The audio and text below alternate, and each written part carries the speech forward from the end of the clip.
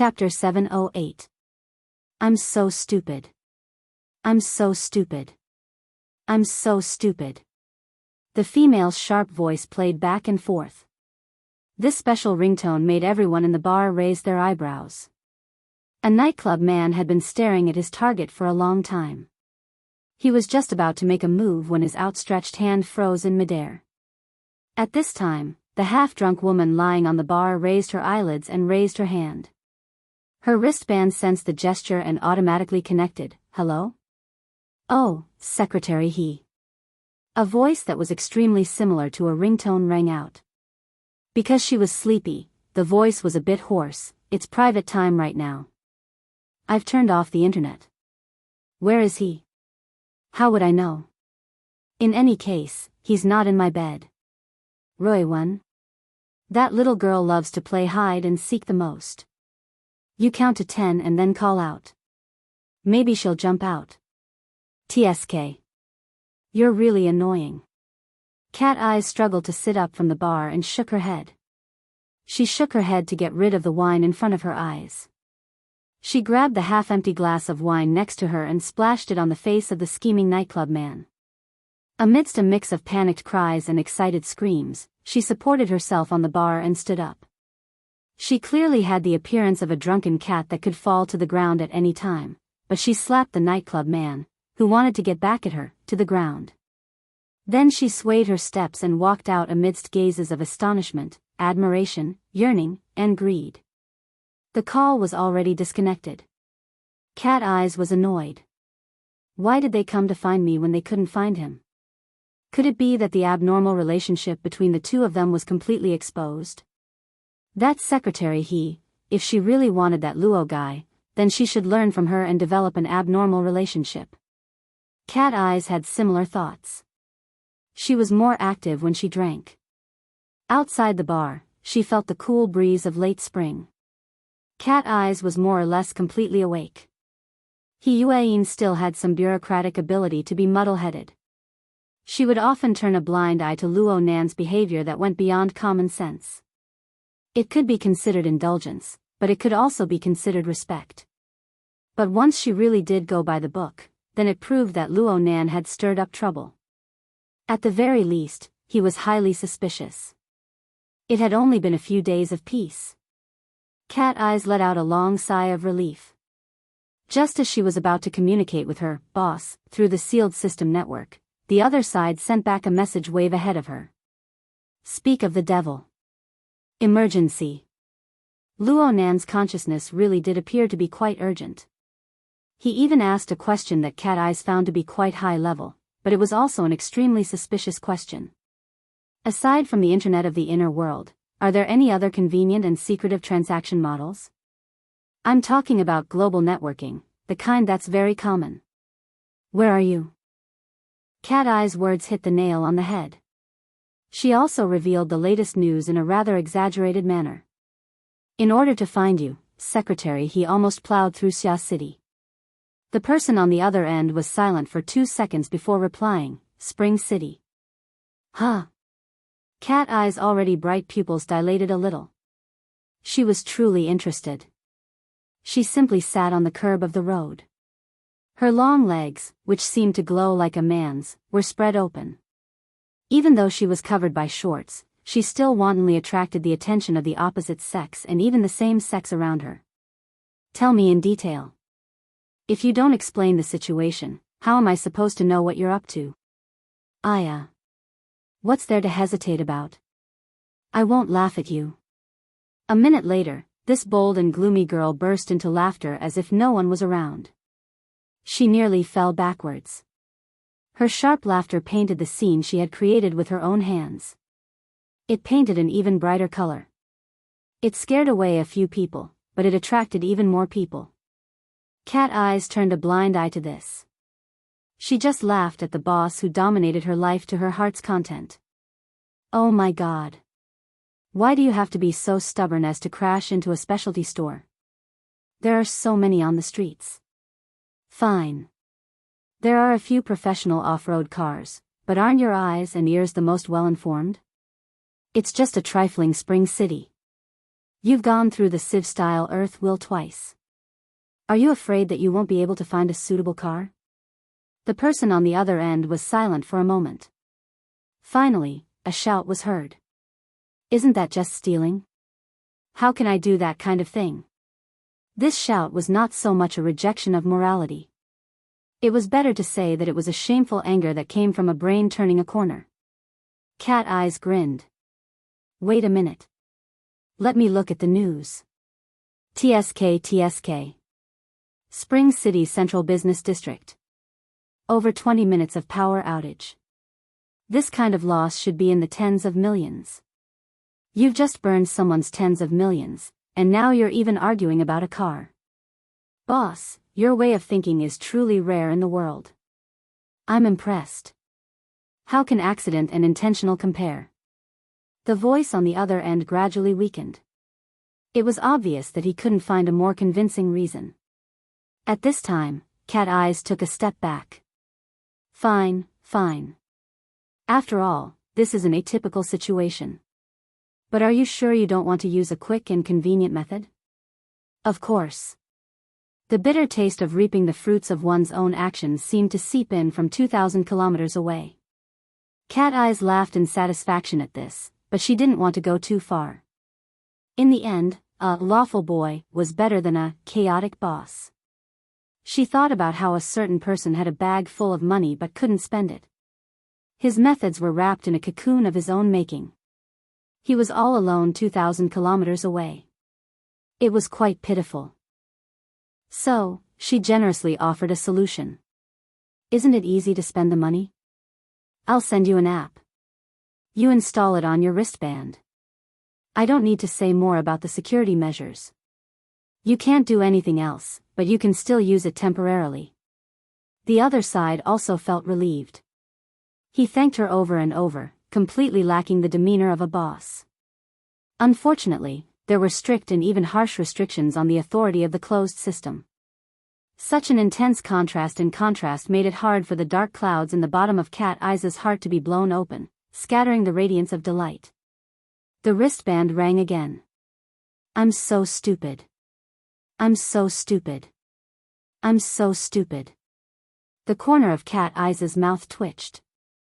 In the end, she still accepted the call with a slight arc, seeing how the other side called out, Sister Cat Eyes, several times, I'll give you a cover.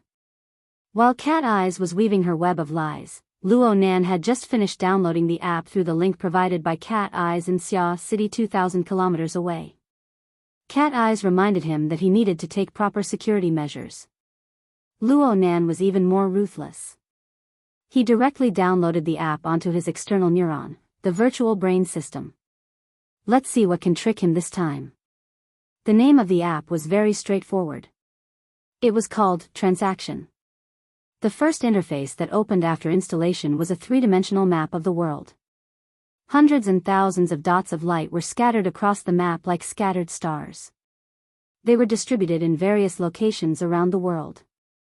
Looking carefully, Luo Nan discovered that these dots of light were not only located in the world's 88 large metropolitan areas, but they were also scattered throughout the vast non-urban areas. Cat Eyes didn't explain too much to him, but the novice guide built into the app was quite humane. Luo Nan soon realized that each of these thousands of dots of light was a hidden transaction location.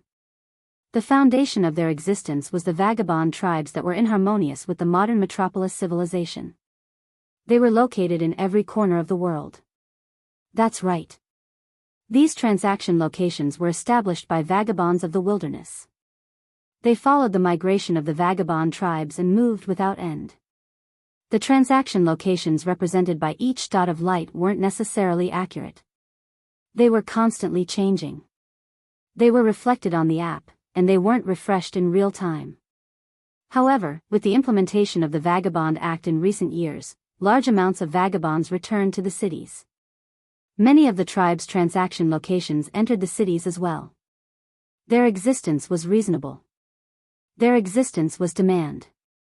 These flea markets, that were completely separated from the social network of authority, had their own value to vagabonds, to ability users, and to certain people who sought convenience. They were able to survive within the cracks of policy and human relations. They had a far more stable environment than the wilderness. The app showed that there were 2 vagabond transaction locations in Spring City alone. There was a brief description of the goods and information. Online shopping didn't exist here. Only face-to-face transactions were possible. Due to the special nature of the transaction locations, the barter model was a bit more popular. If one wanted to use credits or honor points, one would have to pay a rather heart-wrenching commission fee. Luo Nan first confirmed the goods and then looked at the distance. He finally chose the U-Hole market that was about 40 kilometers away from the CBD. Yep. This was the closest one. He still needed to check the bus routes. Wait a minute. If he didn't want to leave behind any traces and maintain his moral standards, then this method wouldn't do. Hiss. Luo Nan raised his head to look at the night sky that was once again obscured by light pollution. He suddenly felt that it would be quite good to burn off a few tens of millions. Luo Nan had recently been learning stealth and rapid movement techniques from Red Fox. He hadn't given up on the cultivation of the 9 orifices 6 roots technique. His physical fitness was still steadily increasing. However, running a marathon that was twice as fast as the world record was still tiring. And this was the plateau. It was already midnight in Spring City when Luo Nan entered the recycling stratum of Spring City while panting slightly according to the route indicated by the app.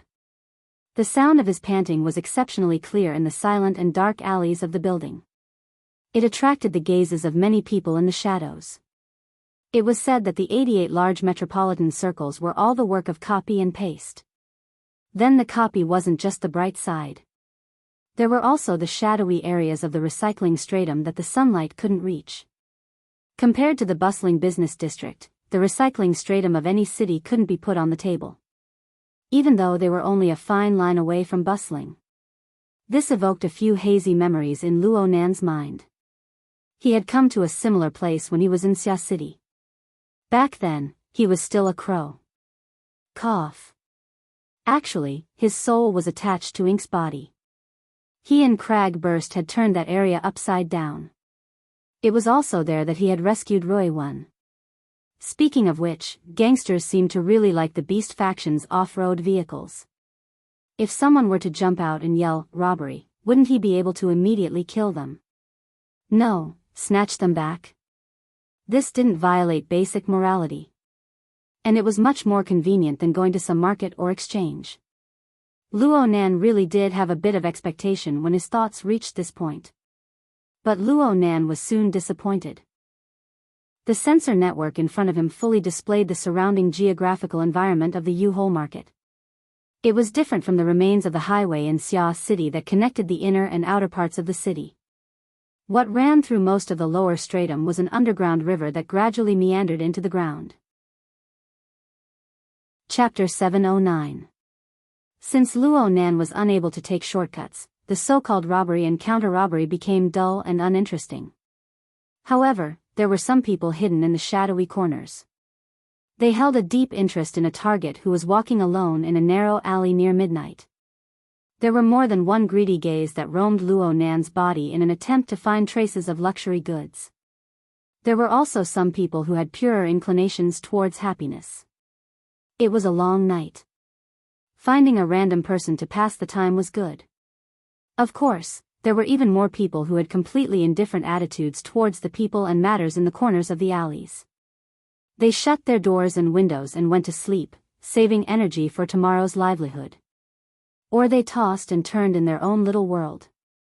This was the recycling stratum. Low-income people, vagrants, gangs, vagabonds. In short, they were people who had yet to adapt to this society. They injected chaotic emotions and colors into this area. In terms of spectrum, it wasn't to the point of despair, but it was quite far from normal. Emotions and desires were directly visible in Luo Nan's eyes, but he didn't believe that comprehending the mysteries within was an easy matter. If he were to make an inappropriate analogy, it would be like an electromagnetic wave. Visible light was only a small and insignificant part of its long spectrum. There were far too many other deadly things hidden deep within the indescribable layers. Luo Nan was just like the brilliant sun that was rolling within the abyss. Even though it was separated by an endless distance of space and time, it transmitted a tiny bit of heat. The divine ability it created made Luo Nan feel deep fear and reverence. Every time Luo Nan tried to understand it, he would always have the painful experience of drawing fire to his body. Even his body and mind would be out of balance for a few days. After a few times, his entire body was on the verge of collapse. In comparison, the ice-cold virtual brain system seemed much more amiable. In recent months, Luo Nan had devoted himself to the preparatory work of planning his hunt in the clouds. It had been a long time since he had taken the initiative to warm himself. Tonight, he was affected by the emotional atmosphere of the recycling stratum. His telepathic thoughts drifted over and was unexpectedly scorched. His mind was a bit gloomy. He didn't have the mood to play the game of snatching and counter-snatching. He simply released a bit of mental oppression. It didn't have much lethality, but it was enough to make the brains of the people around him feel as if they were being pricked by needles. Whoever had more evil thoughts would suffer a more miserable backlash. Luo Nan had been roasted by the abyssal sunwolf for several months, but it wasn't as if Luo Nan hadn't gained anything at all. He learned these little tricks without having to learn them. Soon, a series of groans came from the darkness. The floating malice was like a mosquito that had been sprayed with medicine. It hummed and scattered in all directions. After that, the surroundings became completely quiet. Those who were able to stand guard outside the vagrant exchange knew how to behave, even if they were gangsters. With so many aptitude users entering and exiting, even if there was only 1% or 1,000th chance of conflict, it would be enough to beat this group of people into submission like dogs. Luo Nan was able to easily arrive at the pier that led to the U-Hole Market, the main entrance.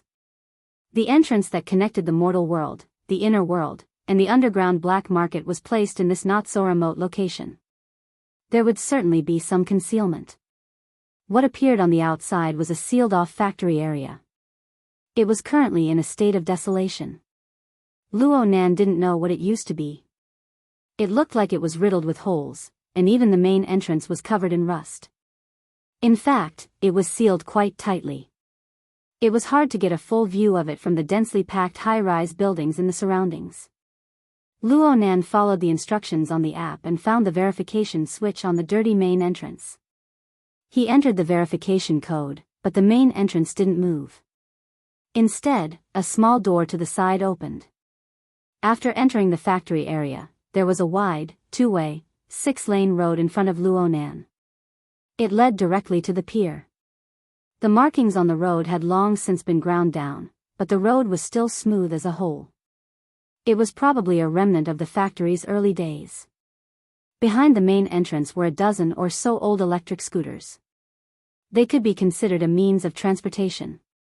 There was quite a bit of distance between the main entrance of the factory area and the pier. Luo Nan didn't pay attention to them. He sized up the place with a few glances. He saw an armed robot guard that had just entered standby mode in the guard room to the side of the main entrance. Opposite the guard room was a disguise room. Well, even though the shop was quite cold and cheerless, the service was quite meticulous. Disguises and modifications were a must if Luo Nan wanted to achieve a perfect crime. Right now Luo Nan's face was smeared with Red Fox's secret color-changing ointment. He appeared quite a bit older than his actual age, but it was just a simple disguise. It was hard for others to notice any flaws in his movements that were as fast as thunder. There were certainly not enough people in a place like this where there were too many eyes. Luo Nan didn't hesitate. He directly entered the disguise room. The door guard room was just the entrance. The true disguise room was deep underground. It could be considered a completely different world. There were many dressing rooms arranged inside the disguise room. It looked like it could accommodate a dozen or 20 people changing their appearances at the same time. This didn't seem like a black market. It seemed more like the backstage of a small theater. Luo Nan was half fumbling and half looking for fun. He followed the guidance of the AI housekeeper in the disguise room and picked a dressing room to enter. He touched here and looked there. He looked at the hundreds of different disguise techniques. Many of them were fully operated by AI. They didn't require any human intervention. It could be considered an eye-opener. However, Luo Nan didn't play any fancy tricks according to Cat Eye's instructions. He just chose the simplest and crudest method of wearing a mask and a cloak. He spent more of his energy on another set of equipment. Aside from changing his appearance, the dressing room also had a credit exchange facility. Traders who came to the black market could exchange credit points from the secular world and honor points from the inner world for black market currency. It was said to be quite safe, but Cat Eyes didn't recommend it. This was because the exchange facility had an excellent credit system attached to it. These were Cat Eye's words. Luo Nan held on to his curiosity and abandoned the currency exchange function of the system interface. He chose the credit rating to the side. According to Cat Eyes, one could obtain a credit loan through this credit rating. To be more precise, it was a free startup fund for professionals. The system required the trader to display their professional skills and use their ability level to exchange for a certain amount of money. This money was purely a gift. It was anonymous and didn't need to be repaid. There were no traces to speak of. Praise the Bo Lu who was willing to burn money. The system interface began to display basic options: fleshly side, mental side. Of course Luo Nan chose the fleshly side. He had to disguise himself. The system clearly didn't possess the ability to distinguish between lies and lies. It easily let him pass. Next, it asked about professional skills. Luo Nan chose the mechanical design, processing, and assembly column from the long list. He had learned the basics of engineering from worker Zhai over the past half a year. He had also learned how to assemble, modify, and operate the exoskeleton platform. He also had the support of the virtual brain system. This was indeed the skill he could bring out the most in the secular world. According to worker Zhai's evaluation, being an engineer in their maintenance center was more than enough. The system seemed to place a bit more emphasis on professional skills. A new window immediately popped up after Luo Nan made his choice. The new window was actually a virtual work area. It displayed a perspective view of an oil pressure servo system that had been damaged by an external impact. There was even a set of virtual tools lined up next to it. What Luo Nan needed to do was to eliminate the malfunction, repair the damage, and let the servo system operate once again under a limited set of tools and time. You still use oil pressure? Such an ancient design? Luo Nan should rejoice. Worker Zhai's teaching style was more traditional, and his foundation was quite solid. He could still solve this problem. He picked a suitable option on the toolbar and was about to start when he suddenly realized something. Wait a minute. Didn't I just want to buy an off-road motorcycle? Why is it that long-distance running, disguise, and problem-solving are getting more and more complicated? He rubbed his head, only to touch the cloak he had just put on. This made Luo Nan chuckle. Who cares? He had nothing to do anyway. Instead of going back to sleep early, wouldn't it be better to go to the legendary black market and broaden his horizons? He tossed aside his distracting thoughts and concentrated on solving the problem. He quickly solved it. But after this checkpoint, what followed was no laughing matter. A series of professional questions popped up in the virtual work area for a period of time. They covered design, maintenance, processing, assembly, and many other aspects. Some were difficult and some were easy. Luo Nan was able to answer some of them with ease. Some of them required him to rack his brain and sweat. Some of them were simply skipped. Just this question bank alone was an extraordinary accumulation of knowledge, not to mention anything else. In particular, there were practically no theoretical questions within. All of them were concrete and detailed examples that were used. The Imperial exam required practical experience. In comparison, the knowledge that worker Zhai imparted was a bit more academic. Fortunately, they had been together for the past few months. They had dismantled various exoskeleton platforms. They had accumulated a large amount of experience. Luo Nan had set up a forward operating base from scratch in the desolate wilderness. He had encountered and solved many problems, so he wasn't blindly scratching his head. Even so, there were some problems that Luo Nan had to refer to the structure of the virtual brain system in order to pass the test. Luo Nan was truly drenched in cold sweat after this round of testing. He hadn't been this nervous even when he faced 2 teams of Deep Blue Squad at the Energy Center.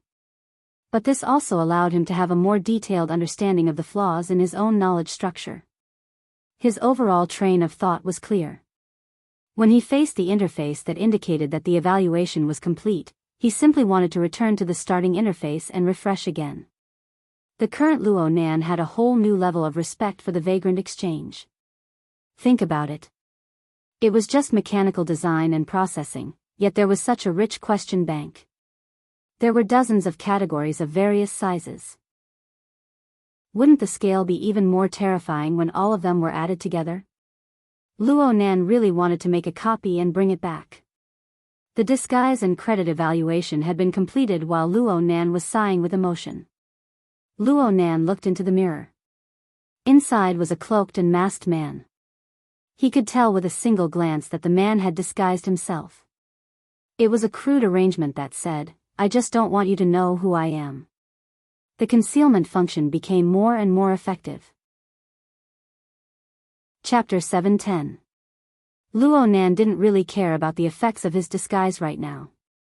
His attention was completely drawn away by the professional credit assessment exam. The credit rating system didn't immediately give a result. It just opened a private passage in the dressing room for Luo Nan, indicating that he could leave. At the other end of the passage was an old workshop. The production line inside had already been dismantled. Luo Nan was familiar with the place right now. They were all common testing equipment from the martial arts gym. This was the place to show off his extraordinary power. But Luo Nan's mind was filled with the professional exam results. He didn't have the mood to show off. He just tested his explosive power and displayed a standard that clearly exceeded the limits of ordinary people. This time, the credit system finally responded. The terminal at the entrance of the old workshop displayed, "The credit rating has been completed. Do you want to create a virtual ID?" There were 2 options. Yes and no. The options were simple, but a large section of explanation popped up when Luo Nan clicked on it. He knew that the problem inside was not simple at all. Choosing yes meant that he had to create a virtual identity on the Vagrant Exchange's internet. Although it had nothing to do with his true identity, it would still leave a trace. He needed to have a certain amount of trust in the Vagrant Exchange's internet. Trust my ass. The reason why he stayed up until midnight was because he didn't want to leave any traces in Spring City. Luo Nan was about to choose no, but wait, if he chose no, he would be completely anonymous. The system would give the exchange an anonymous card for transactions. This was a primitive method to erase the traces brought by information technology. But this would lead to a lower credit rating. His startup capital would be reduced to 5% and he wouldn't be able to enjoy the in-depth services and benefits of the Vagrant Exchange. After leaving the exchange, he would have to start all over again.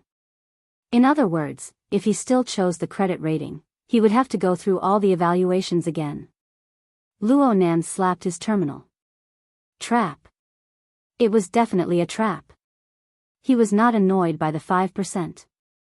After all, according to the rules, if he chose to be completely anonymous, he could theoretically obtain this startup capital repeatedly. Compared to the one-time overdraft of creating a virtual identity, the former had more restrictions than the latter. Otherwise, no matter how rich the investor was, he would have to be prepared to spend a lot of money after a dozen or so times. Compared to the startup capital restriction, Luo Nan was really annoyed by the order of the interface. If this option was placed at the forefront of the credit system interface, then Luo Nan and the vast majority of people who needed to conceal their identities would absolutely choose to remain anonymous without the slightest hesitation. They wouldn't care about the services and benefits. However, after the intense and exciting exam, just a little bit of anticipation would be greatly discounted. Later on, they would have to abandon their exam results and start all over again. All right, he was a little reluctant. Luo Nan threw a tantrum at the terminal, but in the end, he was unable to restrain his anticipation towards the real results. He grimaced in pain as he chose yes. His eyes were wide open as he jumped into the trap, but at the same time, he swore to himself, if my identity is exposed because of this, I will sweep this place clean. The terminal bore Luo Nan's small emotions, but it still maintained its calm. The next interface popped up according to the prescribed order. Please set up a virtual identity ID. Luo Nan thought for a bit and chose the 2 words, smelting furnace. This could be considered a summary of today's operation. Soon, he took out a simple and unadorned metal plate from the designated toolbox. This was his identity nameplate in the U-Hole market. The nameplate had a built-in chip. It could be read and operated on the terminal of the exchange. This money was bound to the virtual identity account. Not only could it be used in the local market, it could be used in the vast majority of vagrant markets around the world. However, this was tantamount to completely entering the credit system of the vagrant exchange. That virtual identity possessed more practical significance. There was always a feeling of giving up halfway. Luo Nan curled his lips and forcefully swallowed the fruit of his emotions. He focused his attention on the evaluation results. The terminal read the nameplate's information and displayed it on the display, smelting furnace. Fleshly awakened. Intermediate mechanic. Startup capital of 328 points. 328 points? Was this considered a lot or a little? Just as this thought flashed through Luo Nan's mind, the display screen refreshed once more. Professional technical evaluation, 3609 in the mechanical category, top 40%. Overall evaluation, 60,763, top 50%. Startup capital is C file. Note, if you enter the top 500 in the professional evaluation or the top 5,000 in the overall evaluation, you can change your file to B file. The corresponding startup capital will be refunded. Oh my, there was still a follow-up. Luo Nan blinked his eyes at the display screen. On one hand, he wanted to understand the total scale of the vagrant exchange system and his own position among the professionals. On the other hand, he wanted to gain a deeper understanding of the Burn Money Scout and its tricks. Right now, it seemed that the startup capital itself was quite reliable. This wasn't a one-time deal. There were still upgrades to come. Of course, this was also a method to increase user stickiness. Luo Nan began to comfort himself. Fortunately, he chose to establish a virtual identity. Otherwise, if he followed the standard of 5%, he would be left with less than 20 points. What would he do with it? Buy a midnight snack? It was almost 1:00 in the middle of the night. There were very few people who would mess around at this hour in the black market. There was not a second person who entered the entire time. Luo Nan completed his mental adjustment. He stepped on his electric scooter in a carefree and unhurried manner. He rolled over the spacious asphalt road and passed through the spacious and empty factory area. He arrived at the pier a minute later. This place was still empty. There was only a terminal that could be used to swipe a card for verification. Luo Nan operated according to the rules. A sealed small boat floated up from the water's surface a few seconds later. It immediately opened up its cladding, revealing a narrow cabin that could accommodate 2 people at most.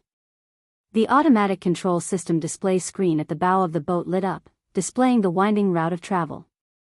This was the transportation tool that led to the U-Hole market. Luo Nan boarded the small boat. The small boat started automatically the moment he sat down. It noiselessly tore through the water's surface and moved forward at a pace that was neither too fast nor too slow.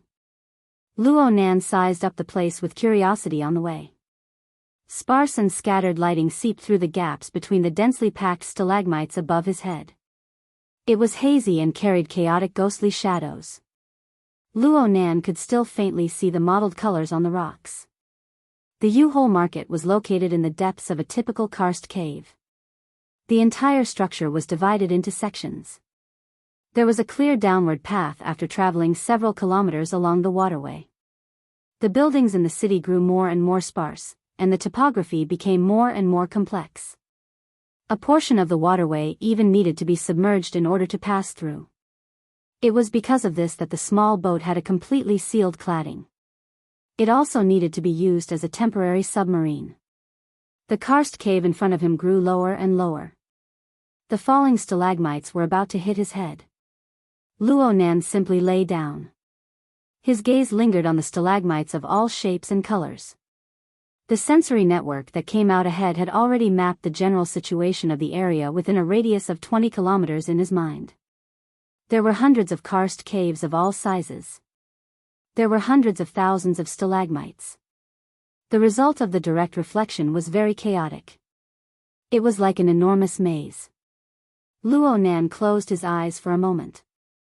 His cerebral cortex and central nervous system operated at high speeds, endlessly integrating the information received by the sensory network. He used the secret technique of overall planning to increase the efficiency of the processing, gradually stripping away the outer layer of the chaotic and useless baggage to form an even clearer road map. Well, it was still relatively simple. Luo Nan had been carrying out the reconstruction of the structure of his mental senses for the past few months. The source of power came from the depths of the cloud world, the misty labyrinth that made it difficult for him to move forward. The spacetime configuration fragments danced before his eyes all the time like a sandstorm. They were randomly pieced together and combined together. There were even more repulsion and collisions. When faced with the tens of billions of configuration fragments, Luo Nan was unable to grasp the logic of the structure within. He was unable to figure out what kind of laws were there. His soul strength was without a basis. Most mental senses and interference were ineffective. Exploring the mysteries of the depths of the labyrinth was out of the question. Over there, Luo Nan had become blind with his eyes wide open. He could only toss and turn in an area with a radius of a few dozen meters. He slowly piled them up like building blocks, expanding the range. If it weren't for Roy 1, this little walking stick, 100 or 1,000 Luo Nans would have been lost until the end of their lives. Compared to the misty labyrinth in the clouds, the underground karst cave was far too intimate. Luo Nan only used 10 seconds to draw a concise and clear topographic map in his mind. Whether it was the winding and winding waterway or the isolated and fractured topographic structure, everything was clearly reflected on the map. Next up was a matter of supplementing the details. Speaking of which, if he were to make a rubbing copy of this topographic map and sell it, how much money would it fetch? If he wasn't satisfied, would he want a similar high-definition version of the world map? Luo Nan still didn't have a trusting attitude towards the 328 points of starting capital. His mind revolved with business. The AI within the small boat emitted a warning sound while he was pondering. It warned the passengers that they were about to enter the water. The stalactites above their heads had already fallen down piece by piece. Some of the edges had already pierced into the water surface. The small boat's fully enclosed cladding slid and docked, sealing the already narrow cabin even more tightly. They entered the underwater phase. The lights within the cabin lit up and the oxygen supply system began to operate. Overall, it didn't seem stuffy. Luo Nan blinked and looked at the half-worn paint on the cladding. He thought, next time I come here, I must definitely try the entrance outside the city. That place is much more spacious and convenient. However, it was quite interesting to carry out underwater in this manner. He looked at the waterway topographic map that he had sorted out earlier.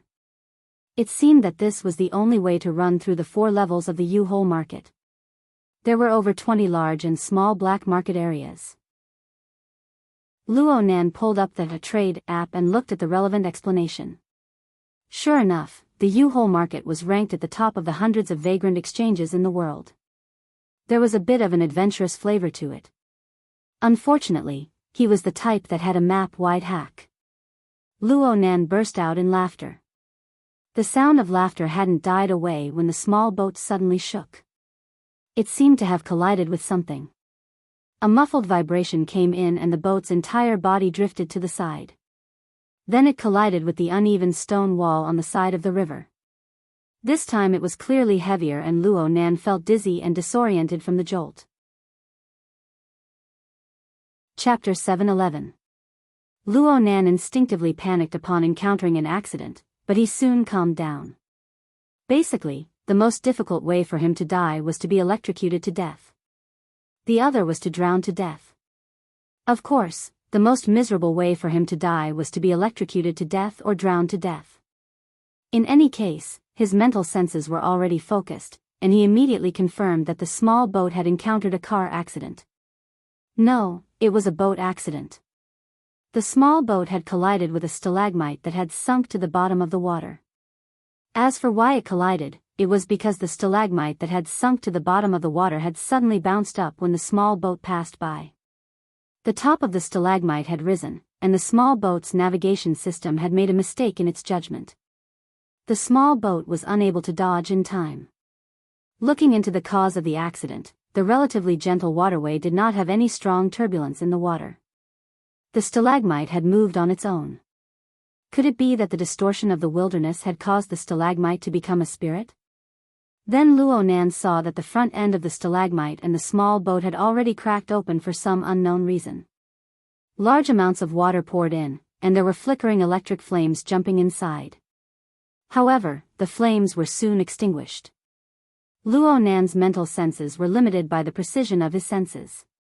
Without the support of special techniques, it was not enough to naturally penetrate the completely sealed opaque barrier. But it was different if a hole was opened. Oh my, this is truly a pleasant surprise. Luo Nan reached out and slapped the cover. Since the outside of the small boat was still underwater, the cover adhered to its own mission under the control of the system. It firmly sealed itself. This was not a problem for Luo Nan. The external neuron poked at the system, and the cover ignored the surging river water and opened on its own. Luo Nan shivered from the shock of the ice-cold river water. However, not a single drop of water seeped in, aside from the transmission of the chill. This was because he had utilized the condensation ring to fully control the water molecules, forming a thin and tough water membrane to protect the effects of his disguise. And so, Luo Nan followed the surging flow of water out of the small boat's cabin. The small boat had already moved forward a few dozen meters crookedly with the flow of water. He still needed to turn back. He hadn't deliberately practiced swimming, but the sensor network built on the foundation of the condensation ring made him very sensitive to the details of the flow of water. Coupled with his outstanding body coordination, he found the feeling after just a few strokes in the water. The water was turbid and dark, but it was as easy as reading lines on his palm. Soon, he came to the side of the damaged stalagmite that was jumping. He gave it a push without any hope at all. Sure enough, even if the inside was hollow, the weight was quite heavy. At the very least, Luo Nan had no way of dragging it away. Luo Nan looked at the glimmer of light that still flickered within the fissure. He said to himself, "It's up to your luck." His soul strength interfered with the external neuron, forming an interference wave that swept across the control system within the stalagmite. A second later, a crack appeared in the middle of the stalagmite. The water that was supposed to rush in was strangely turned back and churned, as if there was an invisible wall that could not be penetrated. It was under these circumstances that the door on the stalagmite was able to break free from the heavy water pressure for a short period of time. It opened normally, and Luo Nan saw the transparent environment inside. He didn't go in. The door was far too small. Even his immature body of a youth would find it hard to squeeze in. With a slight thought, the water that had been blocked outside the door swirled and surged in. It was like an iron wok in the hands of a chef. It performed a unique skill similar to a flipping ladle.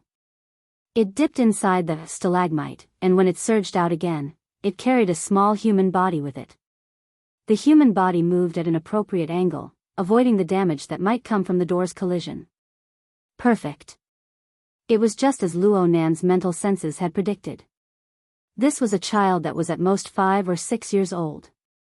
He was about the same age as the little bastard from Worker Zhai's family. The child's face was already warped with panic and fear due to the series of unforeseen events. But even so, he still opened his eyes wide, doing his best to distinguish the surrounding environment after the series of unforeseen events. He was very different from his peers who closed their eyes and cried for their mothers. "Let's go." Luo Nan grabbed the child by the back of his collar and turned around to chase after the small boat that had been washed several hundred meters away by the current. Then he saw the target that had sunk to the bottom of the river full of water, unable to rise again. This really was a sad story. Luo Nan shook his head and turned to look at the little fellow in his hand. Then he saw the pair of eyes that were doing their best to open wide. The premise for the little fellow to be able to do this was that Luo Nan had already used the condensation ring to filter the water, creating a breathing, aerobic environment. Perhaps the little fellow already felt that there was no need to worry about his survival, but he did his best to look over. His panic and fear began to settle, and his brows were still furrowed. He really did look like a precocious boy. If this wasn't the case, it would have been impossible for him to drive a small submarine disguised as a stalagmite through the waterway. In addition, this child's body, tonight was truly an eventful night. At this time, Luo Nan naturally forgot that he was the one who started everything. He was the legendary instigator of all this. Luo Nan walked forward in the waterway for nearly a kilometer before he finally left this section of the underground waterway. Then he found a relatively flat riverbank and climbed up while carrying the little fellow. Illumination appeared once more here, reflecting the blurry outlines of the surrounding karst cave. The U-Hole market paid more attention to the construction of basic facilities, but no matter how much attention they paid, they couldn't withstand the appearance of accidents.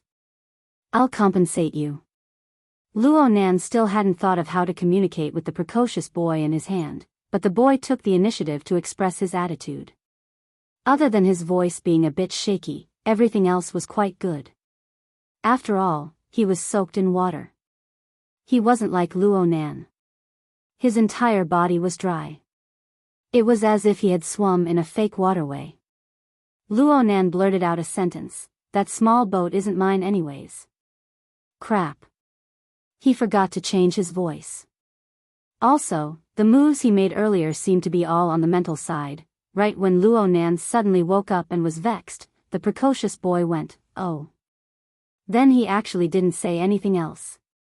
Luo Nan turned his head to look curiously. He saw the little boy turn his head to size up the surroundings. Then he raised his right arm to look at the projected virtual screen. A detailed map of the karst cave's waterway was displayed on the screen. Fine. His plan to sell the map could be scrapped. Luo Nan sighed soundlessly. He deliberately suppressed his voice and said, "Do you know how to get there?" The little boy raised his head to glance at him. "Cave 47 is surrounded by water." Oh. Luo Nan finally understood when he saw the gaze the little boy cast over, so it turns out I'm the one doing it. It was rare for him to meet someone younger than him. Luo Nan wanted to tease the little boy a bit. He imitated the tone of a cold-blooded killer in the movies. In this era, labor costs are the most expensive. Luo Nan's gaze shot towards the little boy's right hand as he spoke. The temperature in Spring City at the end of April wasn't low. The little boy wore a small cashmere glove on his hand. The sleeve of the glove covered his entire right arm tightly. The little fellow was very sensitive. He lowered his raised right arm. Luo Nan felt that he was being a bit rude, so he stopped teasing the little boy. "Forget it. Let's go. Even if you're being kind, you need to finish what you started." He didn't ask the little boy about the map anymore. Even though he didn't know what Cave 47 and Cave 57 were, he had an entire set of water maps of the karst cave terrain in his mind. He was very clear that he just needed to head east and cross a secret underwater passage to enter the cave market. There was a small trading market at the edge of the cave market. It was naturally convenient to go there. He grabbed the little fellow's collar out of habit and prepared to head east.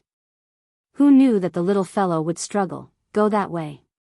The little boy used his left hand to point in the direction they came from. "Go back. There's still a long way to go to the market. The return trip is even shorter." "Are you bullying me for not having a map?" Luo Nan was amused. He thought about the cause and effect of encountering this little boy and a guest blurted out, "Kid, you didn't run away from home, did you?" "I didn't." The little boy firmly refuted. His round eyes didn't even blink. He had a clear conscience. Hee hee. Luo Nan was just about to expose his lie when his sensory network captured a change in the river. He simply crossed his arms and didn't move. "Then let's wait a bit longer." I have a premonition that the adults of your family will come looking for us soon. The little boy's eyes suddenly flashed. He clearly became nervous. His body still wanted to shrink back, but Luo Nan reached out and grabbed him by the collar. Luo Nan calmly sized up the little boy a few more times after locking him in place. He coughed twice, cleared his throat, and suddenly increased his volume. He shouted with abundant energy, "Hello. Is there anyone here? Help. There's someone trapped here. There's a child among them." The little boy was stupefied the instant Luo Nan shouted. He soon began to struggle violently. But how could he compete with Luo Nan, who already had considerable accomplishments in the fleshly body? Extending his arms and kicking his legs, twisting his waist and shaking his shoulders were of no use. In the end, the little boy couldn't take it anymore. He let loose a torrent of curses. "You idiot. Do you want to die?" Kids these days really weren't cute. Luo Nan touched the hood of the cloak that covered his face. He turned to look at the little boy's flushed face and the fact that he couldn't continue after spitting out the profanity. He couldn't vent his anger and panic, but he didn't get angry from being offended. This showed that Luo Nan had a good personality. Forget it. Luo Nan didn't deny that the little boy and the people on the small boat sailing over from the distant waterway had their emotions suddenly fluctuate after hearing Luo Nan's shout. The color and structure of their emotions had more or less made Luo Nan pay attention to them. However, it was too late to say anything now.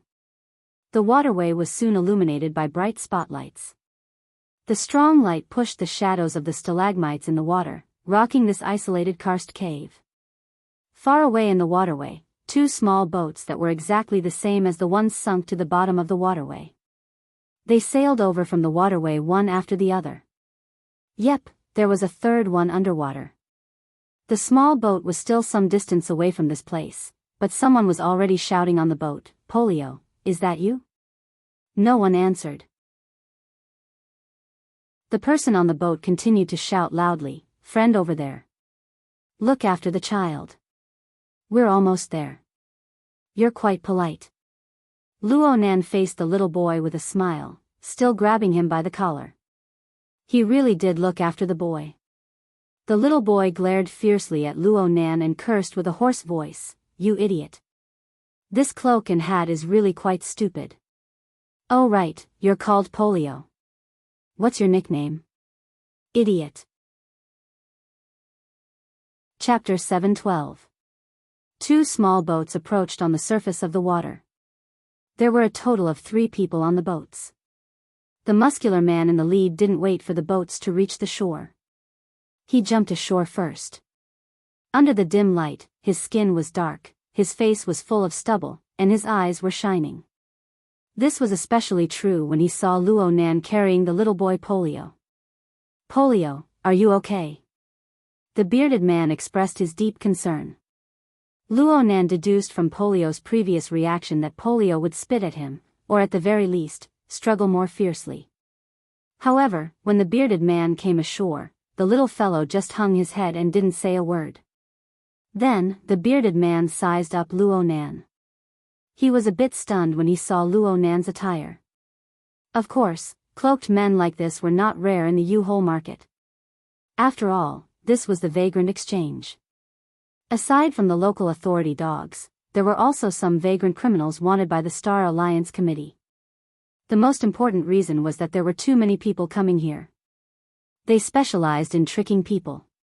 It was best to be able to cover their faces. The bearded man immediately reacted. He grinned, revealing a mouthful of white teeth. He gave Luo Nan a cupped fist salute that was rarely seen in the outside world, but was quite common here. This was to avoid the awkwardness of shaking hands with people like the cloaked man. "Friend, many thanks. This child Polio has been tormenting us quite a bit." "Friend, you. My boat sank to the bottom of the water over there. It collided with the little fellow's submarine." "Really? Then I'm really sorry." Clearly, the bearded man knew how Polio had run away from home. His smile was a bit awkward. The little boy still didn't raise his head. He just greeted coldly, "Uncle Luan. The bearded man laughed bitterly. Polio, it's rare for your mom to go out. She entrusted you to me and your Aunt Fun. Now that your Aunt Fun is sick, you can't be tormenting her. Polio said coldly, I'm not tormenting her. There's just a problem with the experiment. The bearded man smiled bitterly at Luo Nan. He had the feeling of helplessness and love from an elder. He seemed to be seeking Luo Nan's approval. But Luo Nan's expression couldn't be conveyed under the double cover of the cloak and mask. Well, no matter how stubborn Polio was, the adults of his family had come looking for him. He had to return. Luo Nan, this customer of the exchange who disregarded past enmity and acted bravely for a just cause, obviously needed to be well received. Both sides exchanged names. Luo Nan naturally referred to himself as a smelting furnace. No one here would care. The two small boats on the surface carried them back. As there were only 2 seats on each boat, Zhang Lu and smiled and said, I'll squeeze with Polio. Brother Furnace, you take that boat. This was a very normal arrangement, but Luo Nan chuckled. Polio and I are the smallest here. It's most convenient for us to be together. Am I right, Polio? The boy looked up for the first time and only saw the silly hat blocking his line of sight. Half a second later, he nodded slightly as a tacit agreement. Zhang Lu was taken aback for a moment, then he smiled and said, All right, I won't squeeze with you guys over here. XINZ, take care of the guests. Another small boat sailed over and invited Luo Nan and Polio to board. Standing on the boat was a tall and thin young man. His eyes weren't big, and when he smiled, they became slits. When he saw Polio, he sighed and said, My little ancestor. Polio didn't pay attention to him at all. The 2 small boats set off. In the beginning, the young man, XINZ, tried to communicate with Luo Nan and Polio, but the 2 of them remained silent to the end. They didn't communicate with each other, and the atmosphere soon sank. On the other small boat, Zhang Lu spoke a few words from afar at first, but then he became silent when he saw the situation. Only the faint noise of the small boat's motors could be heard along the way. The atmosphere was quite unbearable for the rest of the journey. As for the small boat that followed them underwater, it didn't follow them back. Instead, it continued to move forward to the waters where the incident happened. It found Luo Nan's overturned vehicle and the submarine disguised as a stalagmite. It circled back and forth a few times, studying them. Luo Nan didn't care too much. He just switched back and forth a few layers of the sensor network. He looked silent, but he wasn't idle at all. He didn't care if other people were having a hard time or not. They traveled along the winding waterway for another 7 or 8 kilometers before the core area of the U-Hole market was finally in sight. Luo Nan extended his head and looked at the chaotic and flickering area. His finger, which had been on Polio's collar, moved inwards and pinched him. You said it. You're letting me stay at your house tonight. Polio raised his head in surprise, but he was pressed down by Luo Nan. He could only let out a muffled groan as though he was admitting it with a tsundra attitude. On the other side, Zhang Lu smiled. It's not like we can't even find a place to rest here, Brother Smelter, it's nothing. We can learn from each other if we stay together. This kid built a malfunctioning stone shell. His nostrils are all the way to the top of his skull. If I don't show him my high standards, he'll think that the well is the sky. Zhang Lu asked, Brother, are you proficient in mechanical design? At least I'm a little better than most people. Luo Nan made up a lie. He turned to Polio and said, We're professionals. Don't forget to ask your mother to give me a discount when we go shopping. The small boat was docked at the dock. Luo Nan grabbed Polio and jumped ashore. Then he chose 2 electric hoverbikes and gave one to Polio. He stretched and said, After a long day, I need a good sleep. After a long day, I definitely need to have a good sleep. Only your place is secluded and there are not many people around, besides Polio, Zhang Lu and XINZ, and the others looked at each other in bewilderment. Frequent customer? Why didn't they see it earlier? Zhang Lu and the others could no longer say anything to this cloaked man who was speaking incoherently. Their hearts were filled with bewilderment. Xinz pretended to have a slip of the tongue and asked, "Brother Furnace, did you come to our U-hole before?" "Oh, sorry." Luo Nan was natural and unrestrained as he said, "He came here a few times, but it was anonymous." Xinz wanted to ask what was the relationship between Luo Nan and Polio. But Luo Nan had already led Polio forward on the hoverbike. He didn't show any signs of hesitation. Polio's mother's shop in the U-hole market was quite large. It occupied a small karst cave that had been modified. It was located in a remote area, and it took some time to get there. However, Luo Nan led the way the entire time. The journey was smooth, and they didn't take any detours. Zhang Lu and the others were even more confused. They didn't say anything when they reached the shop. They left in a hurry with their heads full of doubts. After they left, Polio stared with wide eyes and asked, "Were you sent by my mother?" "Sorry, you're thinking too much." Luo Nan dispelled the boy's extravagant hopes. He didn't care about Polio's gloomy expression. He sized up the layout of the shop with interest. Just as he had observed through the sensor network, this shop was a repair center that sold mechanical parts. The layout of the shop was quite good, if he ignored the obvious signs of destruction. Luo Nan had long since set his eyes on the hand-assembled, wild-looking heavy-duty SUV behind the display window. He felt that this was simply the arrangement of the heavens. "This car is mine." "Ah. I'll help you solve your problem. Give this car to me."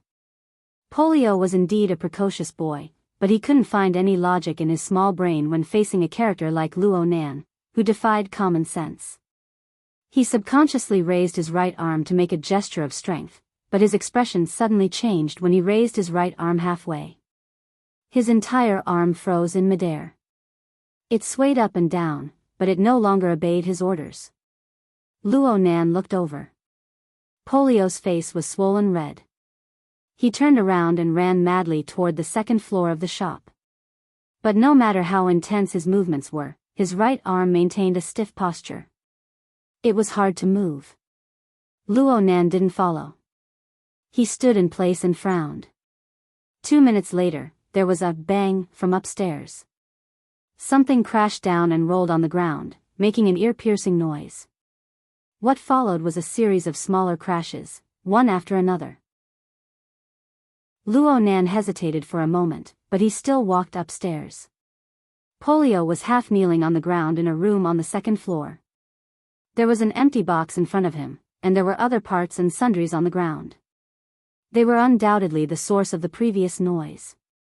Polio's right arm maintained a stiff posture.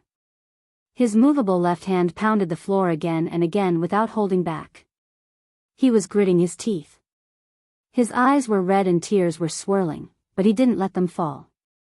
Luo Nan couldn't help but be moved by the intense emotions of a 5 or 6-year-old child who was controlling them in a self-mutilating manner. Polio finally noticed Luo Nan at the door. He subconsciously wanted to retract his arm, but he completely lost the ability to control it. He could only let it lie rigidly by his side. He didn't let down the sleeve that he had just rolled up, revealing a large portion of the skeleton with a metallic luster. Polio's red eyes met Luo Nan's hidden eyes behind the mask. He subconsciously wanted to dodge. But he quickly restrained his impulse and roared back with an even more unyielding attitude, "What are you looking at? Have you never seen a prosthetic before?" Luo Nan didn't speak, and he didn't deliberately avoid anything. Polio saw that he couldn't move Luo Nan, so he didn't waste any more energy. He bit his lips and used his left hand to tidy up the sundries on the floor. "It's out of battery, and the backup battery. I lost it. It's not a big deal, I just need to charge it." As soon as he finished speaking, there was a click from somewhere. Immediately after, the lights above his head began to flicker, and the relay protectors began to take effect. The problem was that in less than a second, true darkness rapidly expanded, filling the room, the storefront, and even the surrounding area. Polio was stunned on the spot. He allowed the darkness to swallow him. Only the sound of his intermittent breathing could be heard in the room. Polio's left hand pressed against the sharp edges of the sundries on the floor, allowing the real pain to be transmitted to his brain. It was a stark contrast to his heavy right arm. He forcefully bit his lower lip and controlled his breathing. He didn't want to lose face in front of that mysterious fool. But this darkness was pitch black and didn't allow light to pass through. It was like a thick blanket draped over his body. It was a little warm, like a mother's blanket. It wasn't shameful to cover Dowdu with a blanket. The hot little Dowdu finally rolled down from his eye sockets, and streaks of tears were drawn on his face. Polio didn't forget to maintain his manly dignity. He spoke forcefully so that the fool could hear him clearly. If possible, he wanted to let those unscrupulous creatures hear him. Chapter 713. Who cut off the electricity like it was on fire? About a few hundred meters away from Polio's shop, Zhang Lu An's footsteps were so quick that he almost kicked the door open. He growled at the group of people in the hall. There were 7 or 8 people sitting or standing in the hall, and they all looked over in shock. Zhang Lu An's face was rough, but he was very scheming. Otherwise, he wouldn't have such a wife by his side and still be able to plan today's events. However, the ups and downs of the situation tonight and the successive changes put him under great pressure. It also caused him to have a bellyful of evil fire, which immediately exploded when he was stimulated. Brethren, someone came up and tried to explain, but Zhang Lu An thought he was the culprit. He glared at him and pushed him in the chest. Are you an idiot? You can't even understand the gravity of the situation. That furnace isn't easy to get along with. Have you ever seen a guy who can roll around in the waterway without a single drop of water on him? Either he's lying, or he has special abilities. He clearly knows that the U-hole is deep, but he still barged in. Do you think people like that can be provoked so easily? The person who tried to explain looked aggrieved. Brethren, it was Mr. Right who ordered it. Mr. Right? Zhang Lu An's temper was blocked, but he quickly gritted his teeth and said, even if it was Mr. Right, even if it was me, so what? A cold voice interrupted him. A door at the back of the hall opened, and a tall, middle-aged white man walked out, wiping the blood off his hands with a white gauze. Zhang Lu An's pupils shrank. He tried to see through Wright's shoulder and the darkness behind the hall to see the situation in the room. His expression was so obvious that everyone in the hall could roughly see what was going on. The tall white man, Wright, threw the blood-stained gauze into the trash can and said coldly, "Don't worry, I left you some dignity. I didn't do anything too excessive. But because of this, your wife was able to show her loyalty and toughness, and didn't reveal any valuable information." Zhang Lu An's expression was very ugly. Even if he and his wife parted ways and became enemies. Asking others to interrogate and torture him was undoubtedly a double denial of his dignity and ability. Disregarding everything else, the subordinates in the hall were obviously following Wright's lead. This was also a very natural thing. After all, Brain Demon, Wright was publicly recognized as one of the bloodiest figures in the wilderness. He was rather powerful and had a great reputation. He was just a middle-ranking member of a small order that had rebelled against him. In fact, didn't Zhang Lu An himself only make up his mind to rebel after seeing Wright? After thinking for a while, Zhang Lu An's anger was almost gone. He could only fight for some face for himself. Mr. Wright, we haven't found any traces of the church's holy relic yet. That bastard is a very important bargaining chip. Now that a cloaked man suddenly jumped out, it's really not suitable to take drastic measures before we figure out his identity and stance. It was already bad enough when we searched the store. If we aggravate the situation and cause a conflict, we won't be able to get any more clues from Wu Jun. Mr. Zhang, I think you have a tendency to exaggerate Wu Jun's and your husband's willpower. Wright's grayish-blue eyes stared straight at him. You have to understand that a person's willpower is just an illusory bubble in front of instinct. People can keep secrets only because the willpower bubble hasn't been burst, or because they've made some cunning coding programs for their thoughts. These methods are not a problem for us. Zhang Lu An opened his mouth to say something, but he was interrupted by Li's hand. The reason I agreed to your shoddy plan, other than demanding a perfect result, is that Spring City is currently in a very sensitive period. It's not suitable to make any big movements. But didn't you notice that the cloaked man was playing with you from the beginning to the end? At the same time, he forced himself to add drama. He has a strong desire to show off, even if it's a shameful face. This is a happy offender, a typical troublemaker. With him around, your arrangements against that little bastard are meaningless. Happy offender? You're the A-level felon wanted by the Star Alliance Committee, okay? What do you mean by demanding perfect results? Isn't it because you're the one who can't see the light of day? Zhang Lu and tried to remind him. But if we provoke him like this, won't we make a bigger move? Also, we don't know his background. What if he's a super troublesome guy? That depends on luck. Wright smiled. I think you're lucky. If he's a trap left by Wu Jun, and if he's a troublesome strong guy like you said, you'd have been swatted to death like a fly the moment the power went out. Since you're here alive, that person's strength shouldn't be strong enough to break through the situation. For safety's sake, no matter how much stimulation he faces, he'll probably endure it or wait for a chance to escape. Protecting that bastard is the first priority, and we can set up the trap here. If he's not? If he's just a self-righteous idiot who sees injustice, then the reason is right in front of you. He's an outsider who hides his head but shows his tail, and you, Zhang Lu, are the temporary guardian of that little pineapple. If there's a conflict, the Exchange and Spring City will undoubtedly stand on your side. Hey, have you forgotten about the grade A wanted criminal? It's hard to say for the Ability User Association in Spring City, but the military system is counting on people like you to provide funds. Zhang Lu swallowed the words that were on the tip of his tongue. From his nickname, it could be seen that the legendary Brain Demon was never a good-tempered person. He could only beat around the bush again. But Wu Jun's relationship with the Exchange and the Ability User Association is very good. If we really provoke those people, things will become very complicated. Don't you still have me? The corner of Leet's mouth split open. In his dark red mouth, the tip of his tongue that was shaking was as long as a blunt needle. What I want to do is work with my children to shut up those disobedient fellows in time and prepare a delicious meal at the same time.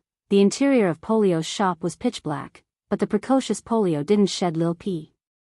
He widened his eyes and looked at the energy bar of his multifunctional mechanical arm that was slowly but visibly increasing. At first, he thought it was an illusion. After all the power sources in his house were useless.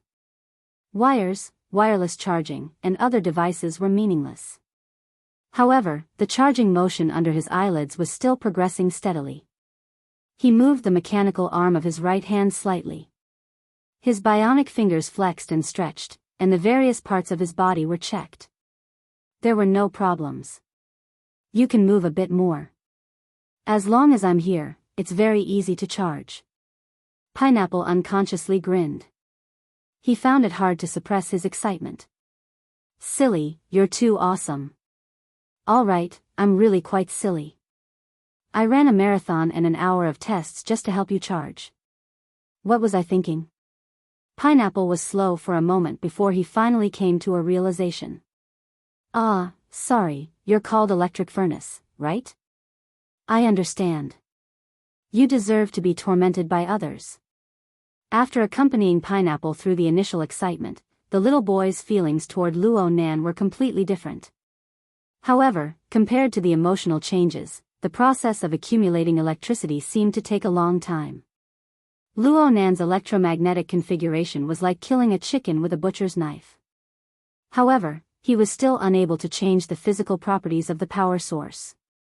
He still needed to have the necessary time. The topic naturally extended from the mechanical arm to explore the source and cause and effect. Of course, this was a sensitive topic. In the past, Pineapple would have been unwilling to talk about it. But now, his mood was on a roller coaster. He had seen worse situations, so he was more or less desensitized. The continuous injection of electricity washed away the haze in Pineapple's mind. It gave him more courage to talk about everything to his new friend.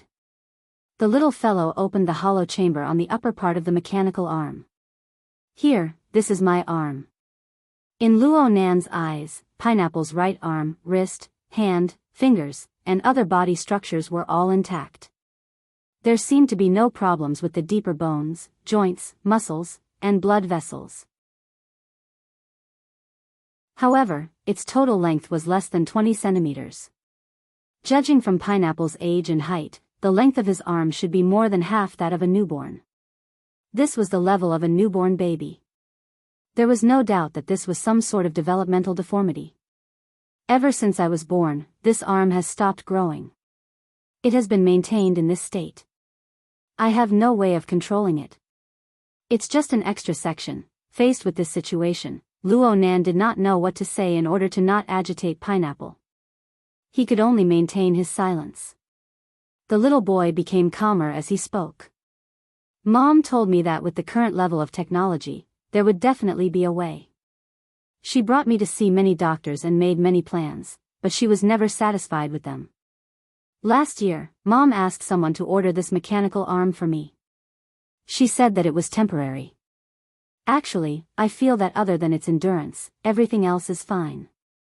Pineapple pretended to be magnanimous when faced with Luo Nan's gaze. With it, I can do many things that other children can't compare to.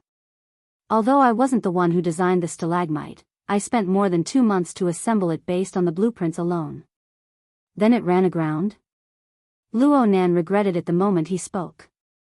Pineapple didn't retort. He just lowered his head and said, "There must be a problem with the shock absorber." I didn't want to cause trouble for Mom.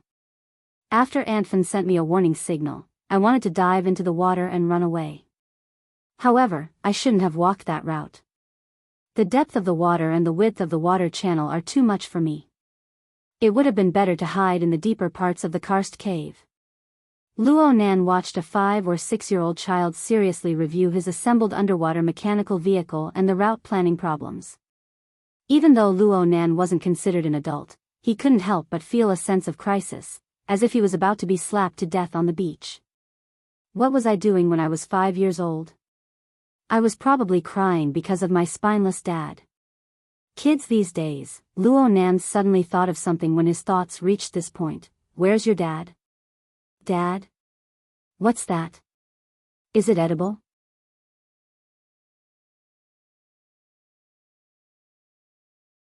Chapter 7:14. Polio was young, and he had been tossed and turned for an entire night. His mood had changed drastically, so he unconsciously lay on the floor and fell asleep halfway through the charge. Even though he was fast asleep, he still half-hugged the cold and hard mechanical arm to his chest, using his body temperature to warm it up. This position was not too comfortable, so the little fellow's brows were constantly furrowed. Occasionally, he would even move his body. Luo Nan was not sleepy at all. He sat cross-legged in the darkness, watching the little boy beside him. His mind was still filled with the emotional stirrings that arose from this. There were also chaotic and distracting thoughts from his rhythm and plans that had been completely disrupted. The underground karst cave was quite stuffy, especially after the blackout. The equipment had stopped working, and ventilation was a problem. Luo Nan felt very uncomfortable. Luo Nan grabbed the thick and heavy cloak to give himself a gust of wind. His fingers made contact with his chest as he rose and fell. The sensation was soft with a hint of hardness. His chest swelled up slightly, forming a clear contrast with the surrounding muscles. Luo Nan was stunned for a moment. He immediately recalled that this was the biochemical reactor. The biochemical reactor had been remolded. After his somatic cells were initialized by the arrangement of tinder within the furnace, they were transformed into fully functional stem cells that proliferated and split. In a certain sense, it was already a part of his body. It was his external organ. There would be no difference even if he took it and sliced it. In comparison, the other artificial muscles that were produced by the biochemical reactor were constructed together with the exoskeleton armor. Their structure was based on Luo Nan's stem cells, and they were modulated according to the formula. The structural strength was similar, but it was more suitable for electromagnetic configurations. Reality proved that Luo Nan's physical strength was a bit lacking. At that time, he had used 2 portions of the substrate to create an electromagnetic muscle membrane structure that was far larger than the furnace body. However, when it came to actual combat experiments, he had only created a paradigm before everything was blown to smithereens. Only the biochemical reactor remained. It enjoyed the same safety mechanism as Luo Nan's main body. The biochemical reactor's various functional areas had already been restored, and its volume had increased by a bit. It was embedded in the juncture between his chest and abdomen, like a demonic insect that had pierced into his flesh and bones. Luo Nan used his fingertips to poke and prod at the biochemical reactor. These were all subconscious movements, and he used this opportunity to organize his thoughts. After a moment, he finally had a clear plan, and the inside of the biochemical reactor correspondingly changed. Luo Nan waited for the corresponding functional areas within the reactor to start operating.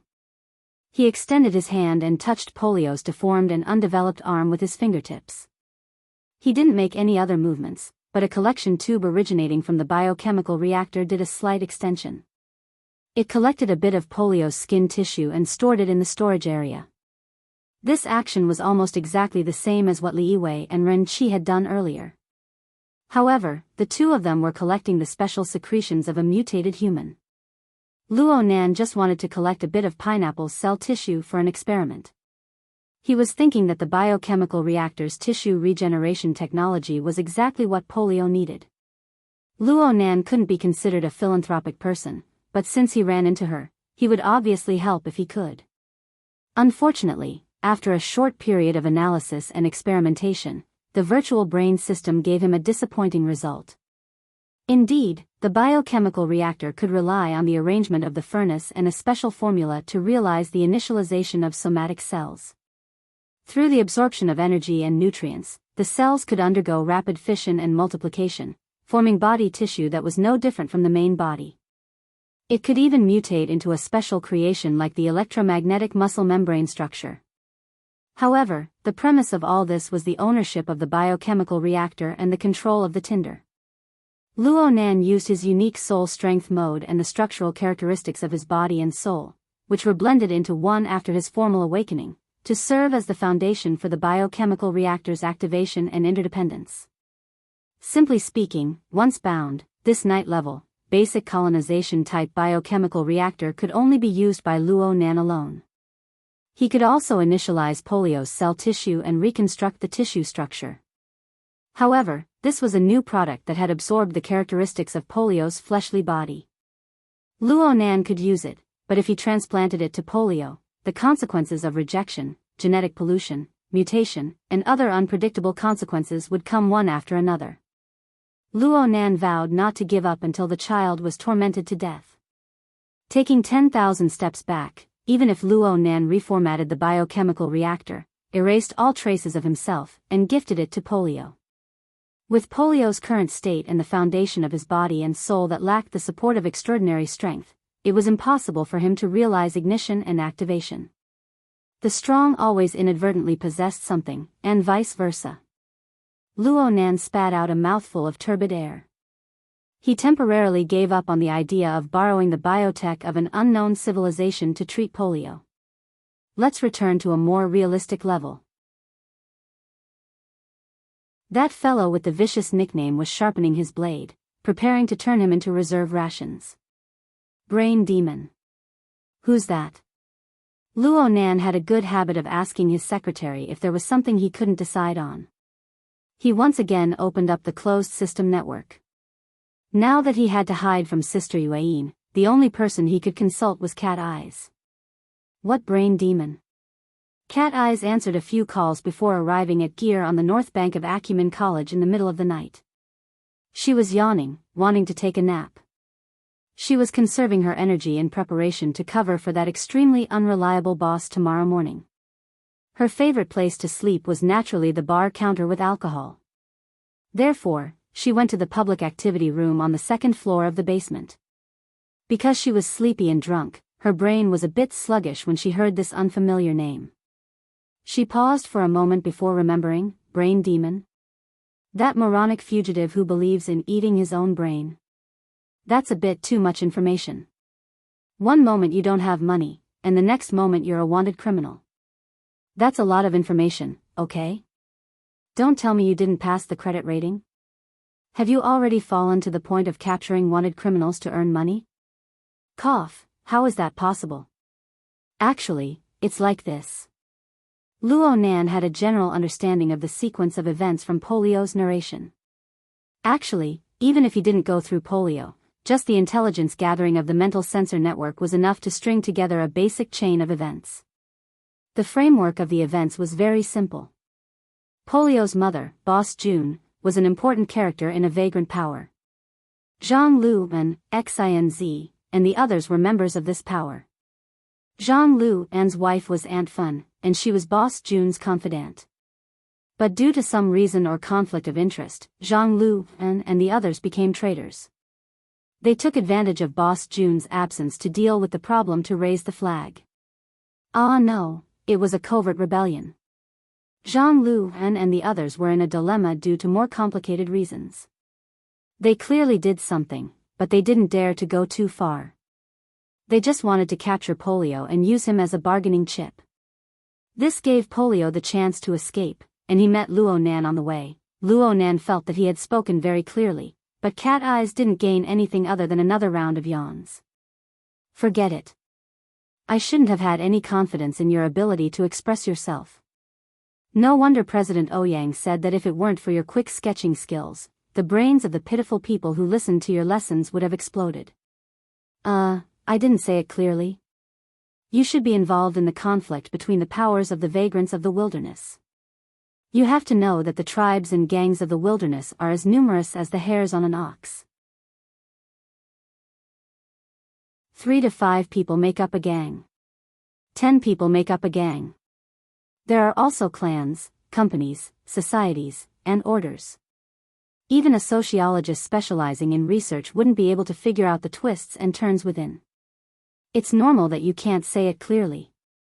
If you do, then it must be a misconception. However, if you can't even complete the basics of verbal expression, then it means that you lack a clear understanding of the core of this matter. In the end, you only want to intervene and help because you feel that the child called Polio is pitiful. You also feel that Brain Demon and the others are annoying. Well, you can say it like that. Then it's fine. That's right. I understand what you mean. Huh. This time it was Cat Eyes' turn to be stupefied. What did I say? Isn't it just a simple matter to be solved simply? Don't let your imagination run wild and complicate things. Don't worry, I understand. A fall into the pit, a gain in your wit. I definitely won't repeat the mistake I just made. Cat Eyes pressed her forehead against the bar counter. This bro was letting himself loose outside. Had he even lost his ability to understand? Luo Nan obtained the answer and didn't say anything more. His consciousness shrunk into the depths of the closed system network. Cat Eyes drank too much wine. She had a toothache. She also had a bad premonition. The matter was heading in an unpredictable direction. She suddenly thought of an unverified rumor. Wait a moment. That Brain Demon is a world-renowned master hypnotist. It said that he can control mutants. Moreover, he has close ties with some powerful organization. Otherwise, he wouldn't have lived for so long. Understood. Understood your ass. Cat Eyes thought of the storm that could arise 2,000 kilometers away. She would likely be in a mess if she joined forces with it here. She just wanted to soak her head in a wine jar. Just as her entire body was powerless, she suddenly sensed something. The chair beneath her body spun around, propelling her body to face the person who just entered. Huh? Secretary are you tired of being a secretary? Are you a spy? The person who came in was Yuan. She was a lone figure, appearing noiselessly in the public activity room. Her expression was solemn. She was serious in speech and manner. She could really scare someone sick in the middle of the night. Good evening, Cat Eyes. There's no need to greet me so formally. Actually, it would have been bad if it was just a little bit closer. Speaking of which, what's the matter? Didn't you just make a call? It's about Mr. Luo. He's not even here. Is there a need to be polite? Yuan wouldn't change her habits and cultivation just because of a few words from someone else. However, since she was personally here, she didn't beat around the bush. She went straight to the point. Mr. Luo has become quite headstrong recently. You know this. Cat eyes blinked. The boss is headstrong. Can a secretary complain? Yuan didn't resist the joking title of secretary. Instead, a faint smile appeared on her solemn face. I haven't been taking advantage of my duties recently. It's mostly because I can't keep up with Mr. Luo's tempo. Hee. What tempo does he have? He's testing the tempo of the world.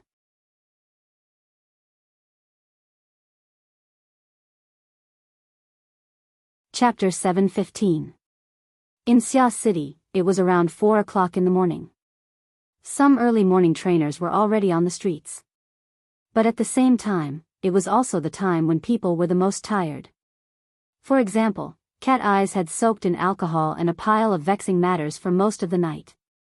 She also had to deal with Vice President He, who was famous for being shrewd and capable. She felt extremely tired. When a person was tired, they lost their patience, so she didn't want to guess the deeper meaning of Yuan's words. She only curled her lips and knocked on the table. Get to the point. Yuan did not mind her attitude. She was no longer as serious as before. She walked to the front of the bar and sat down on the high stool next to Cat Eyes. She casually picked up a cup and played with it. How can there be an important point in the world? Actually, I came here on a whim to find someone to chat with. Cat Eyes raised her eyebrows. Oh my. The problem becomes serious the moment the leader starts chatting. Yuan laughed again. Cat Eyes, you've been in good shape lately. Which eye of yours sees that I'm not bad? You can call it a judgment. At most, in another month or two, we can see the architect. Cat Eyes blinked her eyes. I'm not the one who wants to ascend. Yes, the growth of supernatural powers is often like natural development. It's just that it doesn't grow from a baby to an adult. Rather, it struggles out of its mother's womb and opens its eyes to see the world. I know you're talking about someone. Do you want a drink? Seeing Yuan nod her head, Cat Eyes snapped her fingers. The robot bartender behind the counter woke up from its standby state and concocted cocktails for the two. Amidst the soft sounds of the cup, liquor, soda, and ice cubes colliding, Yuan's voice also carried a bit of an indistinct meaning. When extraordinary power substantially rises a level, it's almost equivalent to a rebirth. Just like a newborn baby, what he sees and feels is completely different from when he was in his mother's womb. So it's normal to test and adapt. That's right, we need to verify the results. But you must also take note that the baby is only stretching out his soft fingers, while we might be stretching out our deadly blades, and Mr. Luo. The finished cocktail was placed in front of Yuan. The light blue wine swirled in the saucer-shaped champagne glass, like the transparent seawater near the shore. However, as soon as his fingers exerted force, the wine in the cup turned into a whirlpool, violently rubbing against the walls of the cup. What Mr. Luo found out is a storm that can stir up the world. Cat Eyes let out a whistle. So what if he did? Just because he can control the storm, we have to tie up all his fingers or just chop them off? Yuan gave a rare shrug. I just believe that there are shortcuts to experience and learning. Words. Some things might as well be said directly. Anyway, I don't really like this boss. If your conditions are right, maybe I'll agree on the spot. Sorry, I don't know. Yuan took a sip of the light blue wine and immediately let the rim of the cup stop at her lips. She subconsciously bit down on it. This was a very uncharacteristic action of Secretary He, but Cat Eyes found it a bit more pleasing to the eye. There is only a fine line between wanting others to do something and forcing others to do something. I don't think I can grasp the scale of this, so I hope to find more people to help me think about it. And then you found me? Cat Eyes tilted her head to look at her. Yuan smiled and raised her cup to show her respect. Well, it's my pleasure. Cat Eyes also picked up her own cup. As an unfortunate person who has already been swept away by the storm, do you want to hear the truth from me? Please speak. Cat Eyes drained the cup of strong wine in one gulp. She borrowed the hot and spicy energy that rushed down her throat and into her brain to laugh heartily. Those unfortunate people who are about to be swept away by the storm, welcome. To be swept away by a fellow like Luo Nan, serves you right for being unlucky. Don't forget to thank me. In the end, the laughter from 2,000 kilometers away could not reach Spring City. It was impossible for the living beings here to receive the messages filled with schadenfreude. This was especially true within Zhonglu and store in the Yu-Hole market. The sounds of discussion in the great hall outside were clamorous. It was necessary to close the door in order to keep the inner room quiet. An unplanned flaw had appeared in the operation. Everyone felt uneasy in their hearts. Compared to the people outside, the people in the bedroom unconsciously stood in a more central position. They played a more important role. Within the entire store, the only person who had lost her freedom was Lady Yanfen. Right now she was lying on a bed. Her entire body was stiff, and her breathing was weak. She wore only a thin layer of clothing on her body. Many parts of the clothing were dark red and glued together. She looked weak and miserable. In front of the bed, Wright slowly and methodically put on a pair of sterile gloves. I don't like bugs. Their way of thinking is completely different from ours. However, the mutant types of insects are the most abundant in the wilderness. Many functions can be found from their bodies. For example, the one that will appear next. I call it the treasure bug. It can secrete many kinds of pheromones. It doesn't matter what effect these pheromones have within its race. We only need to be concerned about what kind of effect it will have on the state of the human body and mind. Wright put on the gloves and his 10 fingers flexed a few times. He was like a strict doctor. Next, he extended his hand and very gently supported Yanfen's cheeks, helping her straighten out her position. All pheromones are very direct things. They evoke the target's emotions and instincts of desire. I don't need to hide it. The research of pheromones in the world today is mainly focused on the aspect of sexual instincts. The results obtained from this are also the greatest. After all, they can radiate many levels of the human body and mind. The higher the level of the animal, the wider the range of radiation. The effects are also more interesting. Yanfen wasn't a little girl who didn't understand the ways of the world. Her mind was also very clear, and she immediately captured the key words and sensitive words in Wright's mouth. She instinctively struggled, but her body that had been injected with neurotoxin was already completely out of control. Even her head was supported, and she was unable to move. Her eye sockets subconsciously dilated, and her eyeballs swayed back and forth as she tried to find another key figure, her husband, Zhang Luan. At this moment, Zhang Luan was pursing his lips and holding a cigarette but in his hand. He stood at the farthest end of the extension cord at the end of the bed, leaning against the chest of drawers behind him. This was a position that Yanfen absolutely couldn't see at the moment, and with Wright blocking in front, he could also avoid most scenes that he didn't want to see. However, the electronic photo frame propped up on the chest of drawers was still playing a collection of photos belonging to the husband and wife. This made Zhang Luan very irritated, and he turned his elbow back to press it flat against the surface of the cabinet. Wright was a demon that could read people's minds. It was as if he was speaking to Yanfen from the tip of her heart. I want to thank your husband. Previously, out of politeness, I had deliberately avoided similar interrogation methods, but now we have coordinated and reached a consensus. Of course, I will maintain the most basic respect for a tough woman like you, Ms. Yanfen. I also ask you not to wear colored glasses to view the use of sex pheromones. It is only a key to open the door of your instinctive desires. You will experience a process from tension to relaxation. In fact, I hope that the frequency of your brain waves can rush up to 20 Hz, and then gradually fall back to 8 Hz and below. This will cause you to experience great ups and downs, but it will also allow you to freely let your thoughts fly. Through the connections of various desires and synesthesia, you will slowly dig out those things that you love the most, need the most, hate the most, and fear the most. Yen Fan's body trembled uncontrollably. On the one hand, it was because of the strange tone and content of Wright's deliberately lengthened and lowered voice. On the other hand, it was because Wright had already started to undo her shirt, exposing the skin of her chest to full contact with the oppressive air in the room.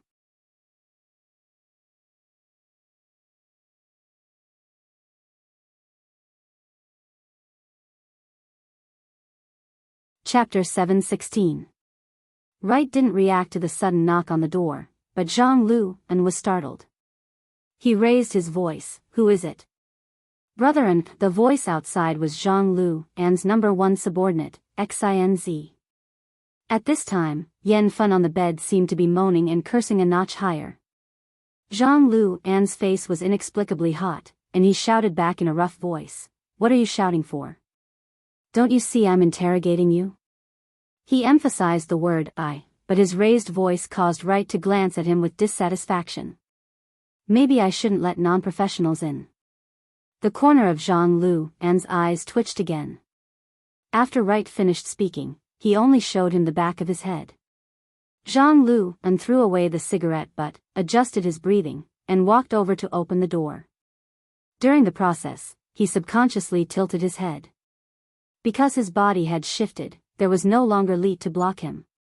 He saw his wife wriggling on the bed, and the extent of her muscles twitching was far greater than this, so much so that the open wounds left by the torture earlier burst open one after another, once again oozing blood. Zhang Lu An hurriedly turned his head again, and heard Wright continue to speak to Yen Fan. It sounded gentle, but it was chilling. "Very good, this level is just right. My professional tells me that the activity in your cerebral cortex is very intense, and they are emitting tens of times more information than normal. I believe that the secret door in your heart is now open to me." His footsteps quickened, and Zhang Lu An finally touched the doorknob. He pulled the door open with a lot of strength, but it only opened a big gap. At the same time, he used his strong body to block the gap. He stared at XINZ, and said in a strict tone, "What's going on?" XINZ's expression was also quite serious. "Brethren, I just looked at the electricity meter monitor. The blackout area is obviously still running electricity. Should we take another look? Are you sure it's in Wu Jun's shop? How's the electricity consumption?" "It's not that big." Zhang Lu An was indeed listening to XINZ, but his current brain circuit was obviously not suitable for in-depth analysis. Wright's slow voice in the room was like a knife repeatedly grinding on his ear mold. "I don't mind telling you another little piece of information. In your current state, the taste of brain juice is not good. There's too much seasoning in it, so I'll give you a chance to digest it. What you need to do is to strive for a small chance of survival during this period of time. You should do your best to obey me, please me, and tell me everything you know. Of course, you should also trust me, and believe that this little fellow is a very sensitive control center, and can almost perfectly repeat all of my commands." "Why did you say almost?" This was because the orders given to it would occasionally conflict with its instincts. So try not to beg for mercy when you reach the edge of the cliff. Who knows what accident might happen then? At this moment, Zhang Lu An was already doing his best to keep his expression from collapsing. He could no longer look into XINZ's eyes. He just wanted to find a reason to get rid of him. "You guys go ahead and scout. We'll talk when you get back." Yen Fan, who was lying on the bed, let out a sharp scream as soon as the **T reason came out of his mouth. Zhang Lu An's hand shook, and he almost pulled the door handle off. He slammed the door back, and it almost hit the tip of XINZ's nose. But no matter how hard he tried, he couldn't stop the sound from reaching the hall outside. There was no doubt that Zhang Lu An's old face had been completely thrown into the mud. When he turned around, Zhang Lu An's head was even a little dizzy. Wright was still there, muttering, "Madam Yen Fan, you should maintain your strength. This is a very long process. I've seen too many people waste all their physical strength and energy before they have a mental breakdown, resulting in complete loss of control of their body functions. Not to mention the fact that it's not good for your life and health. The hygiene problems that come with it can also be a headache. The treasure bug can induce but not directly control the target's nerve center. This is more or less a flaw. Right, you pervert. You keep nagging, can't you say something meaningful? Zhang Lu was roaring in his heart when a different voice poured into his ear. Then why not use the Vulcan ant? Not only can it achieve basic desire induction through pheromones, but it can also directly mobilize the neural network to achieve precise control. I think it's much more reliable than this treasure bug that you've been bragging about. Well said. This was Zhang Lu's first reaction, but in the next moment, his mind suddenly went blank.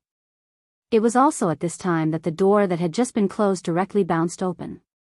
The heavy solid wood door fiercely slammed into his face, causing him to see stars. His nose and mouth were full of a hot and fishy smell. Ah! Zhang Lu let out a short cry of alarm, his body staggering backwards. The room door bounced back from his face, but it was quickly pushed open again. Accompanying it was Xinz's long and thin body. His number one subordinate had his back to the door and collapsed, his eyes rolling back and forth. He was already unconscious. The person who had orchestrated all of this stood at the door in a heavy cloak. He knocked twice on the solid wood door that had been tossed and turned back to show his politeness. Under the double concealment of the hood and mask, the person's eyes were still bright and sharp. He directly passed through the battered and exhausted Zhang Lu and looked at the bed, then back and forth between Wright and Yen Fun. This really is a professional question. On the side of the bed, Wright muttered softly, as if he was praising and sighing to himself. He spoke slowly, but his movements were as fast as lightning.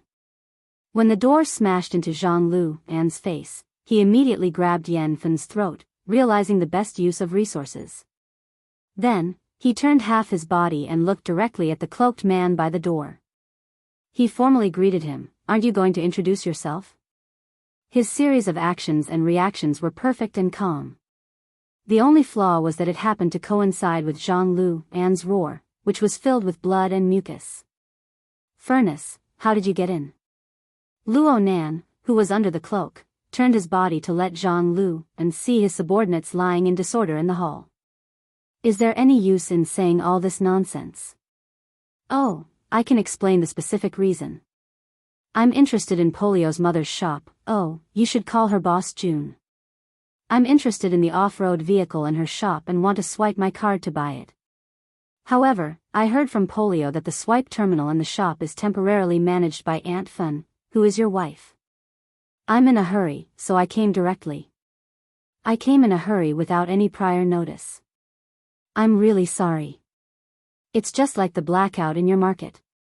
It's easy for people to learn bad things." Was it because of the blackout? A ridiculous idea flashed through Zhang Lu's mind. In fact, the most logical action for him now was to make a move.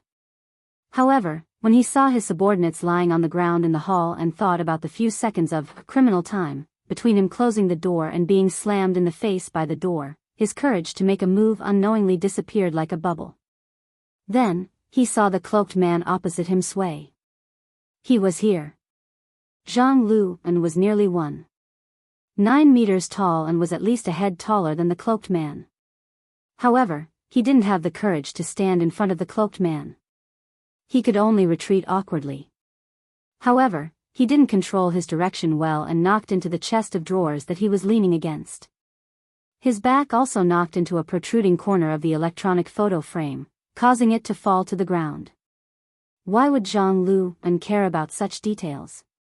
He hurriedly adjusted his balance and turned around with small steps. He passed through the passageway between the chest of drawers and the couch and arrived at the other side of the couch. Now, he had the double cover of the couch and right. As for what he had stepped on and broken, it was completely out of his range of attention. But after he finished a series of actions, he discovered that he wasn't in the other's range of attention at all. The fluttering cloak was merely an effect of the furnace taking out the card terminal. This person had really brought the terminal from Wu Jun's shop. He held it in his hand and shook it a few times. He was still leaning against the door, his gaze returning to the direction of the couch. Yan Fen, who was suffering from the piercing torment of the treasure bug, clenched her teeth again. At the same time, she tried hard to turn her head, hoping to see the person who had brought such a huge change at the door. Even if she couldn't do it, she had to use some method to remind the other of the great danger hiding in a certain corner of the room. However, her throat was tightly clasped by right.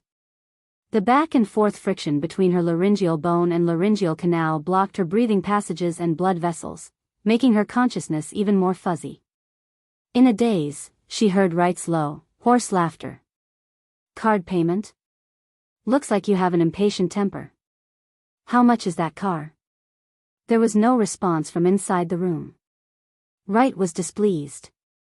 "I'm asking you, Zhang Luan. How much is that off-road vehicle?" Zhang Luan had already been reduced to a mouse in the bellows. He was completely unable to keep up with the tempo of these two people. He could only rely on his instincts to speak. I think it's 3,000 transaction points." Pineapple said to give me a 10% discount to express his gratitude. Wright sighed in admiration. What a forthright child. Then it's 300 points. Just give it to him. But... How could Zhang Luan be willing to step forward and throw his life away? He still wanted to resist, but Wright tilted his body to the side. His ice-cold and emotionless gray-blue eyes cut over, letting Zhang Luan understand that if he dared to say the word no, the next one to lie down as a corpse would be him. Zhang Luan moved out step by step. His speed was touching. Wright didn't pay any more attention to him. He turned around to face Luonan. "We can properly discuss the problem of the control center. You mentioned the Vulcan ant just now.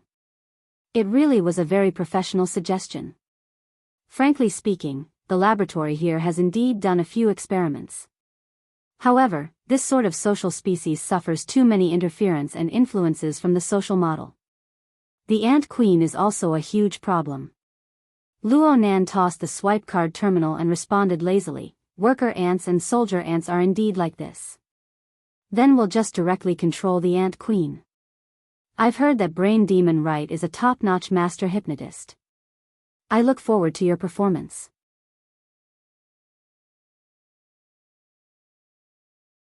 Chapter 717. There was no need for Luonan to answer meaningless questions. As for Wright, his gaze spun a few times on the cloak outside. His soul strength attempted to penetrate on the mental plane. But Luonan was certain when he changed clothes. There really weren't many people in this world who could break through his cage and pry into his foundation. Not even the infamous brain demon of the wilderness could do it. On the other hand, Luonan sized up Wright a few times from head to toe. He more or less figured out this person's foundation. If one were to refer to the society's conventional four-dimensional measurement standard, then Wright's soul strength had a very ordinary level in the first two of the four indicators of depth, intensity, sensitivity, and affinity. Many people proposed to change depth to degrees of freedom ever since Luonan proposed the cage theory. This was the level of just touching upon the abyss region. Intensity was basically the average level. His accumulation couldn't be said to be robust. But in terms of sensitivity, it was very lively and nimble. Though it wasn't as free as Luonan's pure observation mode, the corresponding affinity region was a domain of electromagnetic waves that was several tens of hertz and below. There were rich switching variations. And this was precisely the active range of human brainwaves. The mental activities of quite a few animals and mutants could also be included in this domain. Looking at Yan Fen's specific case, it was just as Cat Eyes had given him. This wanted criminal was a master hypnotist. His techniques were skilled. If he hadn't arrived in time, Yan Fen would have long since been brought into a situation of extreme fear and despair. Her mind would have collapsed. That was all. Luonan evaluated Wright's strength as B, in his mind.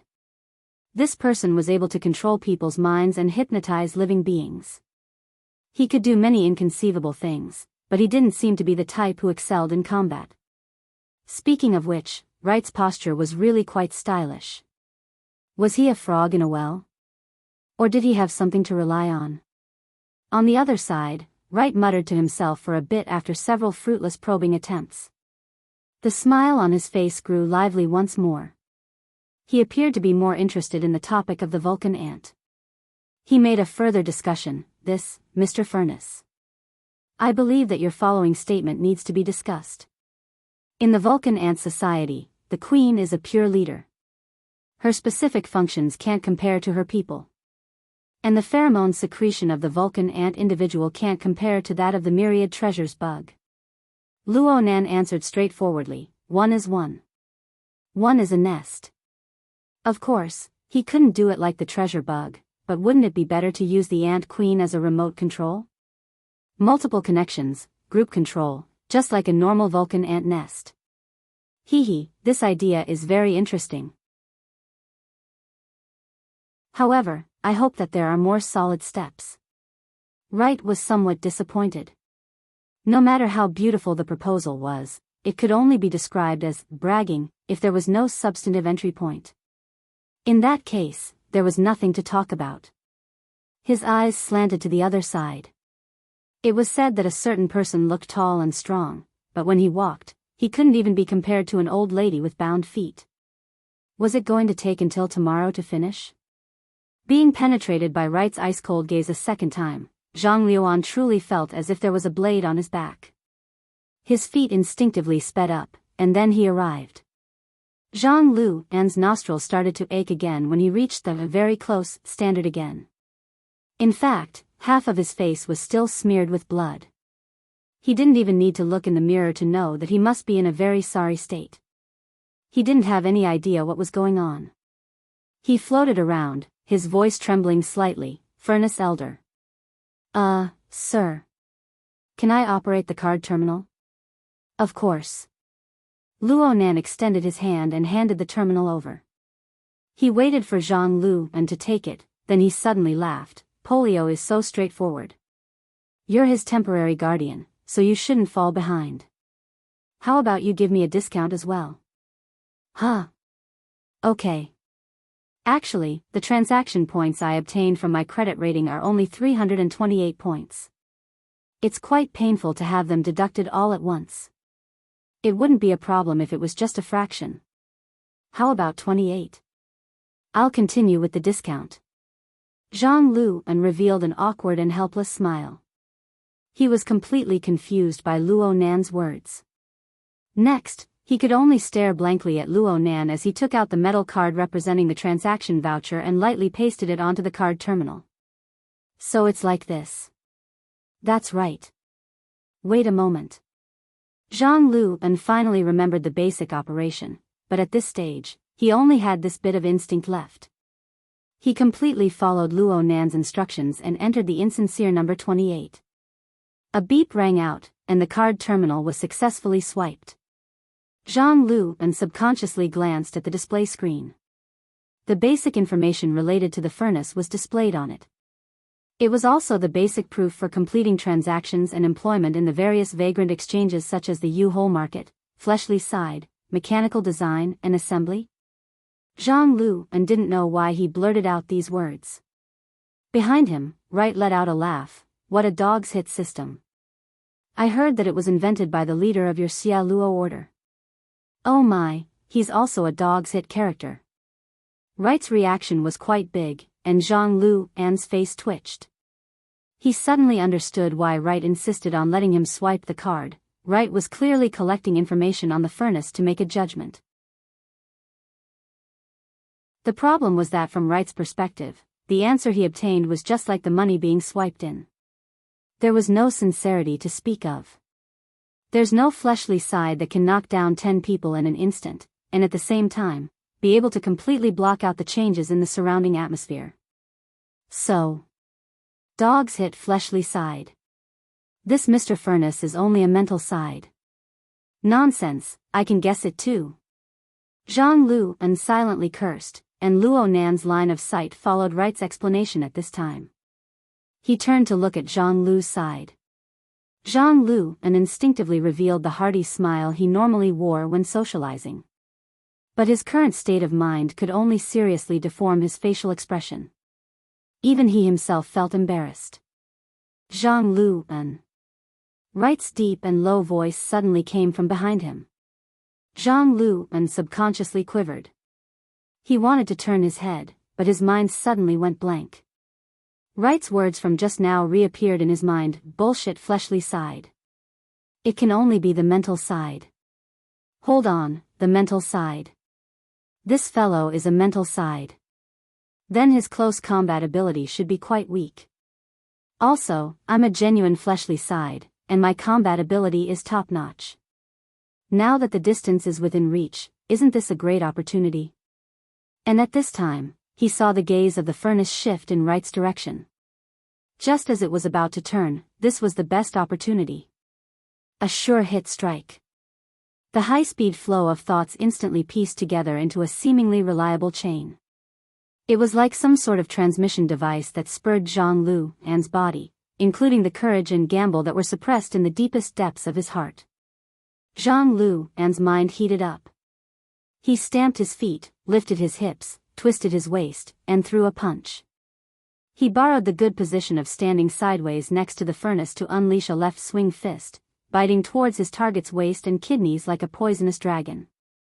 With the current distance between the two, Zhang Lu's fist had just exerted force when the tip of his fist had already reached the edge of the cloak. Then the fist drilled inexorably inside. It hit. Zhang Lu could already feel the side muscles of his opponent's waist from the feedback of his fist. He seized the opportunity to twist his fist. He wanted to use all of his strength to smash his opponent's internal organs into mush. But in that moment, his twisting fist only tossed and turned in the empty air behind the cloak. At the same time, a figure flashed before his eyes. Just by relying on the instincts of a fighter, Luo Nan was able to determine that his opponent's feet should be a cross step. Luo Nan went against the direction of his fist and made a graceful dodge. An expert. This thought jumped out in Zhang Lu's mind, but he was unable to correct his instinctive driving force. He could only follow the predetermined path of judgment. I can't let the distance between me and the spirit. This thought was so strong that Zhang Lu's mind exploded with a bang. He completely lost his follow-up plan. Instead, with an absolutely unorthodox movement, his body lunged forward. His other arm also stretched out and forcefully wrapped around the furnace's waist and abdomen. Even if he couldn't hug it, he had to grab the furnace's cloak. He had to restrict this person's movements. As for what to do after that, it was completely out of Zhang Lu's consideration. Perhaps Zhang Lu's unorthodox movement had some unexpected results. In the next instant, he really did manage to grab the middle of the cloak. Both of their figures froze. Next. What should I do next? Zhang Lu was suddenly stunned.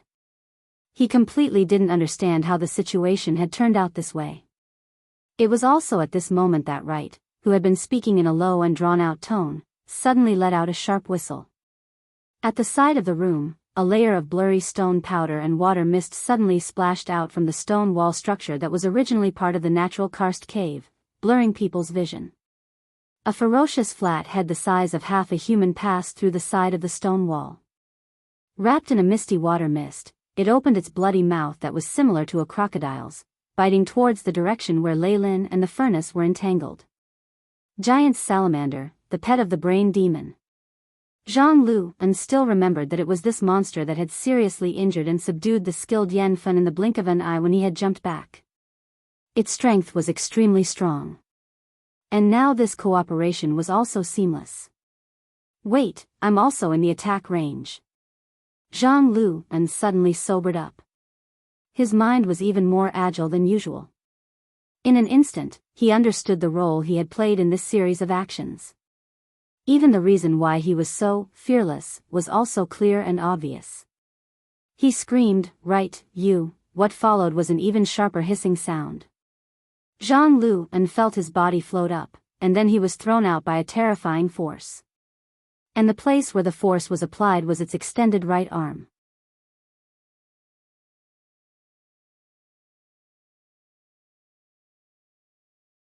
Maybe tetrodotoxin is useless to you, but I really want to know, can you stop this lady from absorbing the same toxin? In the previous experiments, my control of the dosage was relatively accurate, but seeing you here, it's too difficult for me to control the dosage in milligrams.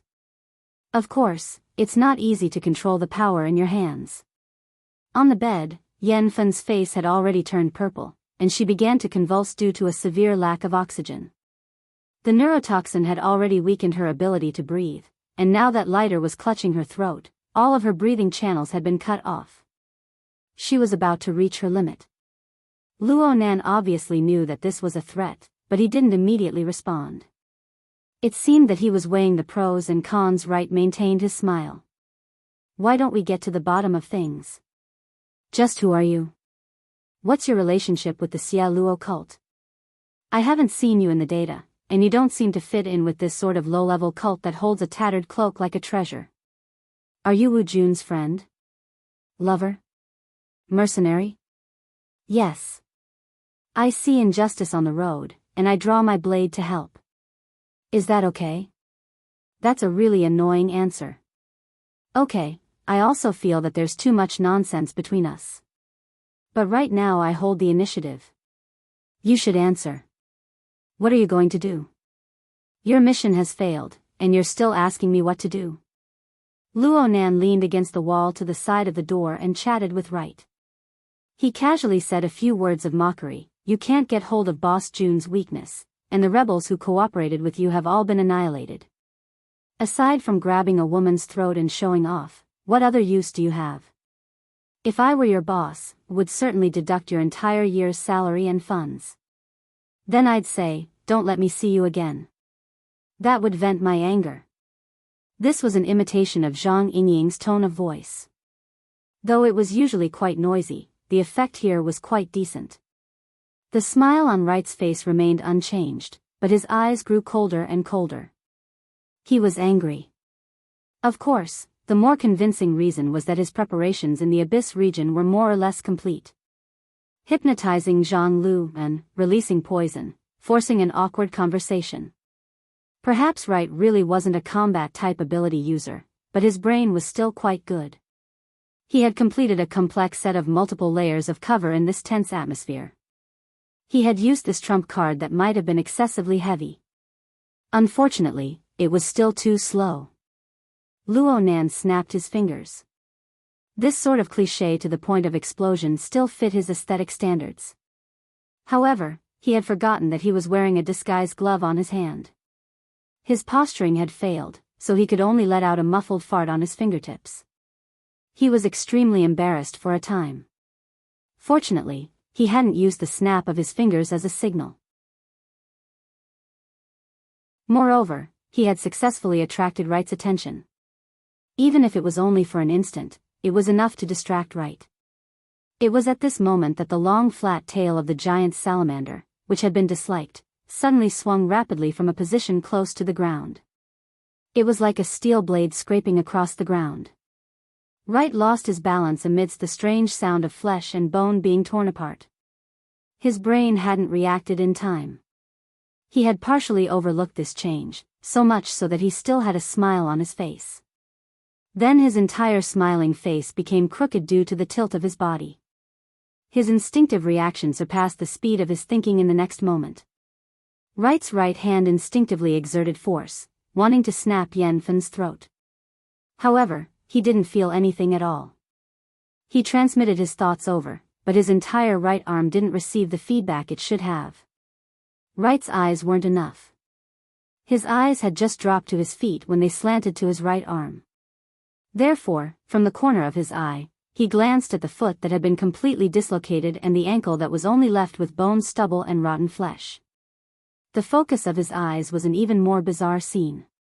His right arm had been separated from his body from the elbow. There wasn't any blood splashing out, only the instantly decaying flesh and skin structure. It was like mycelium spores that scattered and fluttered in the air. Ah! Amidst his hoarse roar, the right arm that had been separated from his body actually made a slight reaction.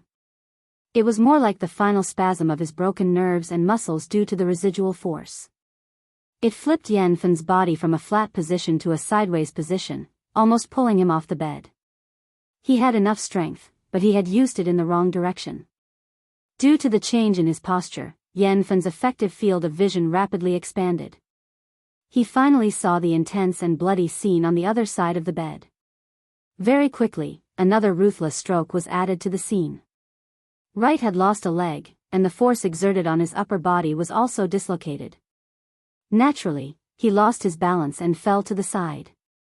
He bounced off the edge of the bed and fell to the ground. The giant salamander, which was very close to him, subconsciously swung its tail again. This time, the long, blade-like tail practically cut through the middle of Wright's chest and abdomen. As it cut through his flesh, fat, fascia, and even organs, it also turned his roar into a muffled moan. In the end, Lake didn't say the latter half of his words. He just used his remaining, blood-splattered left hand to forcefully slap the base of the giant salamander's tail. This should be a forceful signal. In the end, a considerable portion of the giant salamander was still under his control. The body of this thick and sturdy monster, which didn't have any vocal organs, trembled, rubbing against the ground as it charged forward. However, a major problem appeared in its coordination. Its originally vigorous pounce became completely inaccurate. It swayed left and right, like a car that had lost control. With a crash, it scraped against the door frame and half the wall as it charged into the living room. Then came the noise of an enormous struggle. The safety of the people lying on the ground in disorder outside was worrying. Wright lay on the ground, looking at this scene in astonishment. Soon, his gaze returned to the shadow of Luo Nan's hood. 2 seconds later, he spoke with a hoarse voice, "How did you do it?" "It's as I said before." Fire God Ant Luo Nan indicated for Wright to shift his gaze to look at the ant-type mutant that was crawling on the ground amidst the bloodstains. These were 2 large ants the size of a thumb. They had just fallen off the giant salamander's body and were crawling towards the group of their own kind. And the number of fire god ants on the giant salamander's body was over 10 times greater. "Fresh delivery. I just got them." Luo Nan swept a glance at Roy One, who was in the shadows in the corner. He revealed a smile that Wright couldn't see. "You control and induce this salamander's instincts and basic thoughts. The fire god ant controls its central nervous system. You make the salamander view me as an enemy, and I use it to perform a set of simple actions. Back and forth. It's very fair." Wright stared blankly at the fire god ant crawling in his bloodstains. "Where's the ant queen?" "You're talking about controlling the ant queen. No matter what, the ant queen is on the mental side. She's also the axis of collective consciousness. It doesn't matter where she is. You just need to control the signal from a remote relay." Controlling the ant queen? Wright discovered that he didn't understand Luo Nan's explanation, but he could feel that it was a matter of course. Controlling a nest of fire god ants. Then I'll observe and experiment. I'll do a few more rounds. That's all. Luo Nan really was a matter of course. On the plane of reality, controlling a nest of mutants and controlling the corresponding population was still a shocking bomb that could blow up the academic world, the inner world, and even the wider domain. Not to mention anything else, just relying on this topic alone was enough to support a large laboratory and publish hundreds of high-quality theses. Then he could rely on citations and honor points to eat for a lifetime. With this kind of experimental foundation, it wasn't strange for him to do anything. Wright's lips and teeth opened and closed. He was barely able to turn his weak breath into speech. There was also a hoarse and strange laughter. "Yes. Yes. You're more professional than me. But you won't be in every domain." His voice had completely broken at the end, but the energy of Wright's entire body was chaotic and restless. It was as if a fire had been ignited in the depths of his bones and muscles. Oh, the abyssal region's configuration was still there.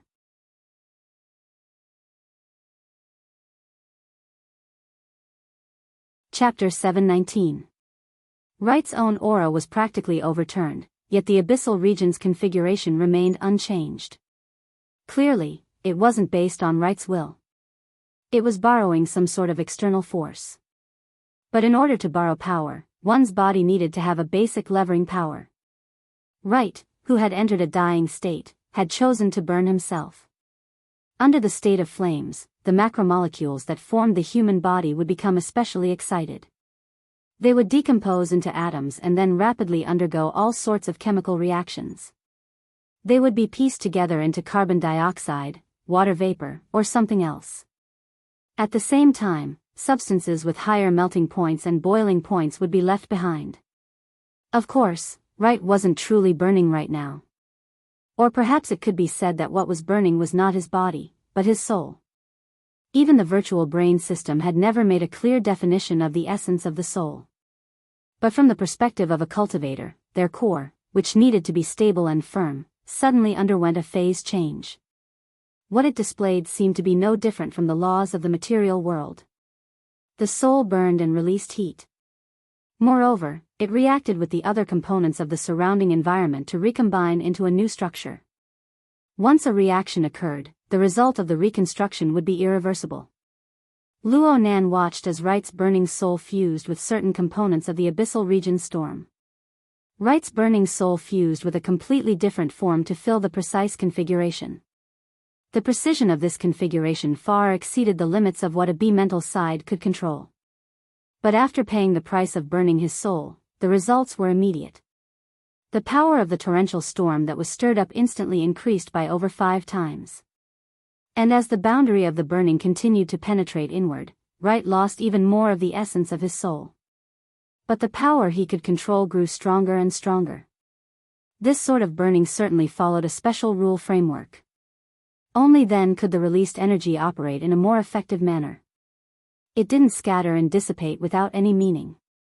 It was a bit like an altar. Luo Nan subconsciously compared his own altar framework with it.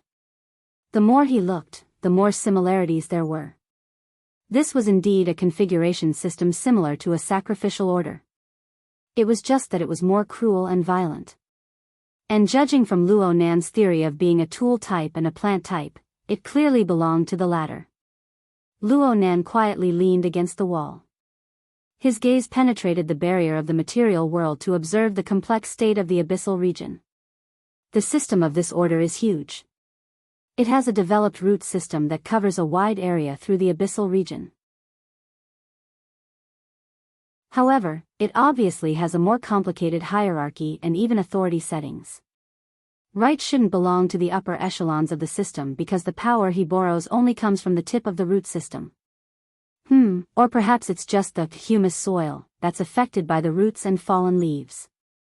Hey, no matter what, Wright was still a B-rank psychic. Regardless of which organization he was in, he should be in the middle or upper echelons. If even he was only in the periphery, then wouldn't the core strength of this order be at the top? Luo Nan's eyes blinked a few times. It was at this moment that Wright raised his blood-stained left hand. The color of the blood and the wound on the skin of his palm that had just been torn apart rapidly formed a distorted and deformed figure. The power of qi and blood and the storm of the abyss area converged at the center of the palm. The air pressure in the room was clearly rising rapidly. Due to the uneven distribution between the areas, an invisible whirlpool was formed. Since it was already like this in the real world, the storm in the abyss zone became even more agitated. The mental side, or at least the mental side below the level of an extraordinary, would find it several times more difficult to temporarily construct a structure in such an environment. In other words, Luo Nan had lost the initiative on the level of combat. Wright's lips parted to reveal a warped smile. The pain of having his stomach split open made him lose interest in talking. He was already impatient to reap the pleasure of an extreme counterattack. Die. Luo Nan furrowed his brows. He noticed that there was another indescribable actor behind Wright's bloodshot and turbid eyes. It was slowly opening amidst the torrential storm of the abyss zone. There was a bit of error in his previous judgment. The order system that Wright belonged to still possessed a flexible method of setting up the level of authority. Perhaps Wright was only able to use the humus soil in the beginning, but as the level of the sacrifice increased, so much so that the influence of the event itself could still touch the main body of the root system to continue increasing its power. At this very moment, that bewitching eye was releasing light and absorbing light. It stirred the abyss zone and reorganized information within the chaotic storm in order to understand the various changes in the state of affairs of this side of the world. This was also a process of awakening of authority. The greater the matter, the greater the effort. Luo Nan sighed in response to this. Tonight has already been full of accidents. Now that a big guy has jumped in, it's really hard to clean things up. It's best if we don't meet for now. What the hell are you talking about? Wright's words were squeezed out from between his teeth. Luo Nan's incomprehensible words and the casual attitude he displayed were far more painful than the lacerations on his hands and feet and the wounds on his chest and abdomen. His current sorry appearance made it impossible for him to assume a calm posture. He could only use even more violent methods to wash away the humiliation of his crushing defeat and heavy injuries. His lips opened and closed as he chanted the incantation of sacrifice.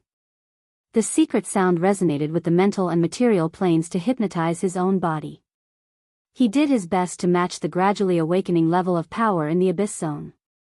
Then he used his broken fleshly body as a guide, disregarding the consequences, to form the most lethal attack. Wright's voice rose, the eye of all souls that pierces through the heavens. There was a sudden click in the air. It was as if an invisible finger had turned off an invisible air switch. At the same time, the abyss zone's sacrificial configuration was like a slanted fort piled up by children on a beach. It didn't even have to endure the frontal impact of the waves. It collapsed with a rumble because of a small vibration. The abyss zone's slowly opened eye of all souls was like a sand painting. It warped beyond recognition in the blink of an eye. Wright's eyes widened, but soon, the fragile water crystals exploded from the recoil force. The powerful force that the abyss zone had just gathered then collapsed mercilessly devoured him. The humus of the order was originally on the periphery, so it didn't matter if it received the attack. However, Wright, who was close at hand, seemed to have a bomb placed in his skull and his internal organs. Blood sprayed out from his 7 orifices at the same time, especially his eyeballs. His already cracked chest and abdomen sprayed out a mist of blood and pieces of internal organs. They were spun by the vortex of air, covering most of the room. As for Wright himself, he was a bloody mess. It was hard to call him human. It was also at this moment that Yen Fun, who was on the bed, obtained strength from who knows where. She used her hoarse voice to let out a shout filled with delight. Luo Nan shot a glance in that direction. Actually, he himself was within the range of the blood that sprayed out. However, he couldn't care about these details at this time. He slowly walked forward amidst the chaotic vortex of air that had lost its order.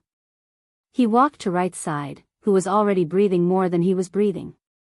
Though Wright's sacrificial configuration was destroyed, Luo Nan wasn't happy to see the chaotic storm that surged and devoured him on the level of the abyss zone. People needed to finish what they started. Luo Nan didn't forget that the surroundings of Spring City were filled with the hounds of Quantum Corporation. This group of people were all nervous. If by any chance the other side really did follow the trail, then it would become a seesaw. They would push down one end and raise the other end. They clearly wanted to help, but they would give the other side even more trouble. I need to clear the channel. Luo Nan needed to promptly release the flood before the turbulent storm of the abyss zone broke through the threshold of alertness. It would be best if he could erase all traces. Of course, this was much more difficult than destruction. It was like kicking away several thousand building blocks that had already been constructed into a castle. Then, the building blocks would follow the order they were arranged in before they were sealed, falling neatly back into the box. Let right return to right, and let evil eye return to evil eye. Everything would be like it had never happened. 4 months ago, Luo Nan could forget about doing this even if he squeezed out all of his brain juice. Luckily, Luo Nan had been facing the cloud labyrinth for the past few months, which was far more complicated than the situation before his eyes. In that harsh environment, it was like building blocks or a jigsaw puzzle. He tried to reassemble the billions of pieces of the structure and form a complete logic. This was the repeated strengthening of the basic concept of configuration construction.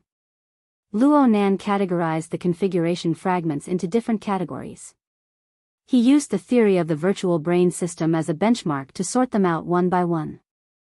From the most basic number, size, weight, and height, it gradually rose to the balance and symmetry between the various parts. It even reached the structural relationship between the parts and the whole. Aside from theory, there was also practice. Just the priority of interference control was like calligraphy. The use of the brush, the structure, the technique of composition, and the technique of ink were all carefully divided. They could be divided into several dozen major and minor items. All of them needed to be diligently practiced and corrected from time to time. Luo Nan's accumulation of soul strength was vigorous and peerless. Otherwise, with the intensity of his practice, just the enormous consumption and the backlash from the shattering of the configuration would be enough to kill a normal ability user 1,000 times over. With such a rich reserve of experience, Luo Nan looked at Wright's crude method of construction once more. He really had a wonderful sense of superiority, like a reborn elementary school student. Not to mention the fact that he had just witnessed the entire process of the sacrificial configuration from nothing to something. It was built step by step. It was tantamount to having a standard answer first. All that was left was to test his memory. Even if he didn't, he would be able to see the shattered configuration fragments. He would be able to complete the dismantling and restoration work according to the laws and principles of the virtual brain system. He could also explore the rationality of the details in passing. The work was completed 3 seconds later. The air vortex formed by the imbalance of air pressure within the room was smoothed out. The fluttering cloak calmed down as well. It streaked across Wright's body and face, making his body appear faintly discernible under the lights of the room. Light and shadow instantly intersected, and a visible change occurred to Wright's ruined body. His twisted and shattered body suddenly became orderly. Even though his limbs were still incomplete, his figure could already be clearly discerned. Even the blood, flesh, and internal organ fragments that filled the air were gathered and pieced together by incorporeal hands. They were reassembled. At least on the surface, they were reassembled. This was like a bloody and splendid magic trick. In fact, the mutual interference between the mental and material planes was like a magic designed by the creator.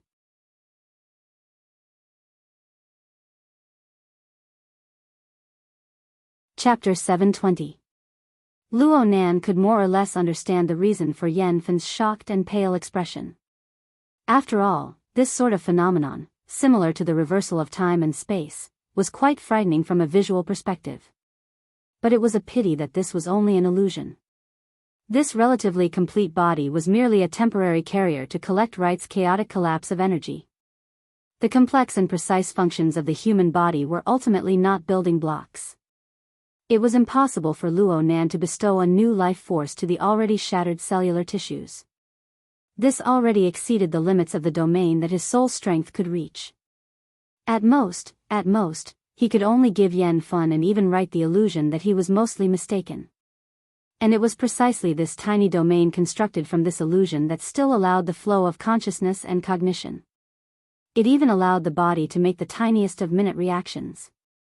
Within this tiniest of minute limits, Wright's remnant consciousness and his incomplete body blended together. It was like a spark beneath a whirlwind of ashes. Though it was tiny, it was still bright. Wright miraculously retained a single breath. This also allowed him to personally experience the marvelous taste of his body disintegrating and reassembling, of his soul burning and reassembling. This was truly the life and death of a person. It followed a majestic and powerful will. It suddenly died and suddenly existed, treading back and forth on the boundary between life and death. And all of this was led by the furnace before his eyes. No, it was the master. He did his best to widen his eyes. The dim light of the outside world penetrated through the shattered and reassembled crystal. It spurred on the cone cells and a series of subsequent nerve reflexes, combining the fuzzy information of the outside world with the imaginary illusions in his brain. It made this demon, who was already destined to die, let out the most pious sigh of his entire life. "Oh God." The temporarily reassembled soul was annihilated. The reformed body collapsed and dissolved like a pile of mud. It also completely digested the impact force of the abyssal storm, turning the intense turbulence of the abyssal plane into nothingness. This was undoubtedly an extremely cruel way to die. But before Wright completely disintegrated, his vocal cords vibrated. A weak force pushed through the layers of conduction in the air molecules, transmitting the sigh that was rich with emotions in time. Though the range of influence didn't even exceed a diameter of 3 meters, it was already enough for Luo Nan and Yen Fen to hear it. Was this a god? A certain someone's requirements were really low. Luo Nan shook his head slightly. He wasn't as ignorant as Wright. The virtual brain system involved configuration, dynamo core, and all sorts of other deep theories. Luo Nan still didn't fully understand them. He stumbled and stumbled when putting them into practice. He could only advance at a tortoise speed within the labyrinth of clouds and mist. And from his perspective of experience, it was just a brilliant sunwheel within an abyss. The might that came from the endless void was immeasurable. With such a comparison, if he were a god, the power system of this universe would probably collapse immediately. In the end, it was just an overly delusional delusion of an ignorant person. This was what Luo Nan thought, but Yen Fen, who was lying on the bed, quivered and her entire face swelled red. At that moment, she was still under the influence of the nerve agent. Her limbs were numb, and it was difficult for her to control them. She could only barely move her vocal cords to spell out 2 words between hiccups and chuckles. Luckily, Luo Nan's ears were good. After Yen Fen repeated it several times, he was finally able to make out the words clearly. Cloak, cloak. Hey, a cloak is different from a cloak. Of course, Luo Nan knew that what Yen Fen said wasn't the literal meaning, but now wasn't the time to get to the bottom of it. From his perspective, finding the right nerve agent treatment method and antidote was more difficult than anything he had done before. His gaze turned to the door of the damaged room. There, the Vulcan ant was controlling the giant salamander to stagger back. Treat a dead horse as if it were alive. No, the one who started the trouble needs to untie it. Whether or not tonight's matter would have a good ending would depend on whether or not this old saying filled with empiricism would be useful. Reality proved that Luo Nan's luck wasn't bad. It was just as Dead Ghost Wright had said. He didn't add too much nerve agent to Yen Fen. Yen Fen herself had a rather powerful fleshly body. Her bodily functions were much stronger than a normal person's. After stopping the continuous injection of the nerve agent, Luo Nan assisted her in combing her neural network, and she slowly recovered. When she was barely able to move, Yen Fen struggled to get down to the ground. She practically threw herself at Luo Nan's feet. She didn't care about the filth and bloodstains on the ground. She gave a heavy kowtow. There weren't any words of thanks coming out of her mouth. Instead, she piously kissed the corner of Luo Nan's cloak. Was this a custom of some vagrant tribe or their Xia Luo cult? When in Rome, do as the Romans do. Perhaps it could be said that Luo Nan maintained the principle of acting cool. Luo Nan resisted his instinct to avoid it and accepted it. Yen Fen gave another kowtow after completing the ceremony. Then she staggered to her feet. She practically used her hands and feet to arrive at a corner of the room. Zhang Luwen, who had fallen into a semi-conscious state due to massive blood loss, lay there. Yen Fen didn't say a word from beginning to end. She just used her trembling hands to feel around Zhang Luwen's body. Soon, she pulled out a dagger from the leather sheath at Zhang Luwen's waist. This should be the weapon that Zhang Luwen normally used. He didn't have the time to use it when he attacked Luo Nan, but now Yen Fen had it in her hands. Without any hesitation, Yen Fen stabbed the dagger straight into Zhang Luwen's perfectly fine left shoulder socket. Luo Nan's eyebrows jumped when he saw this, but he didn't seem to have the qualifications to say anything since his feet were a bloody mess. Zhang Luwen woke up from the pain and screamed loudly. But when his eyes reflected the pale and distorted face of his wife, it was as if his throat had been cut open. Only the hissing sound of air leaking could be heard for a time. Yen Fen pressed the weight of her entire body onto the dagger.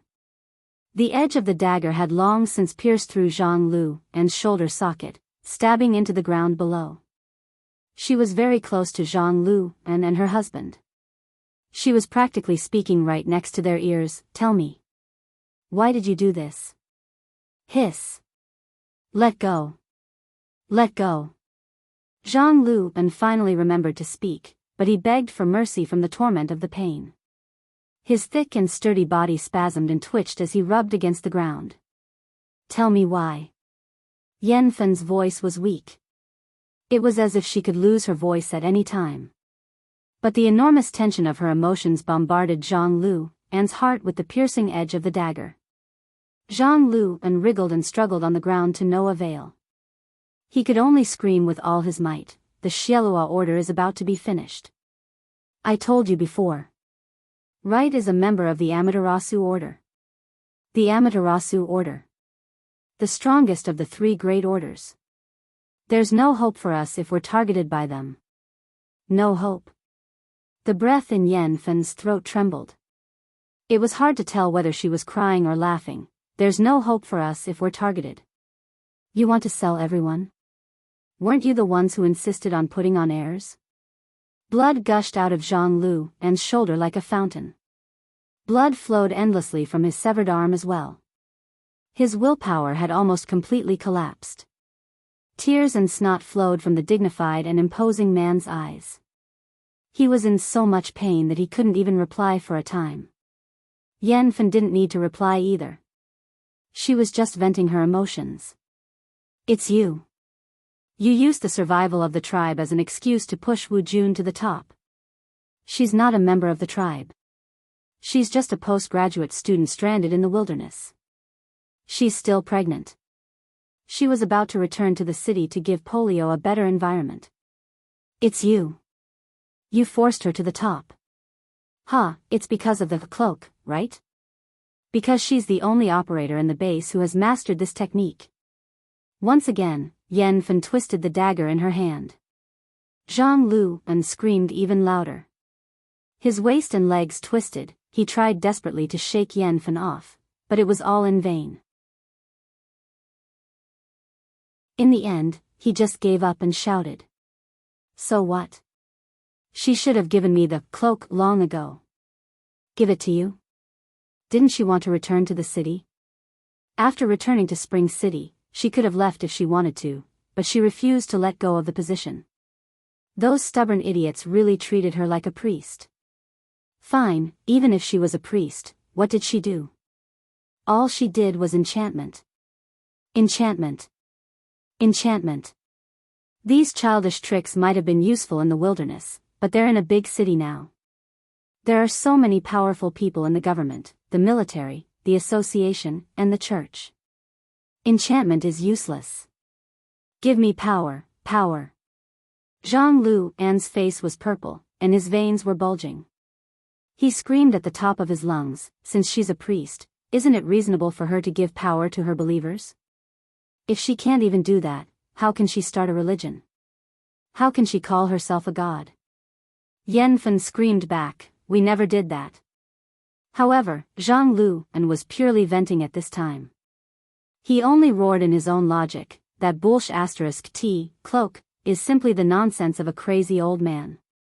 Only those stubborn fools would worship it as if it were a god and promote it wantonly.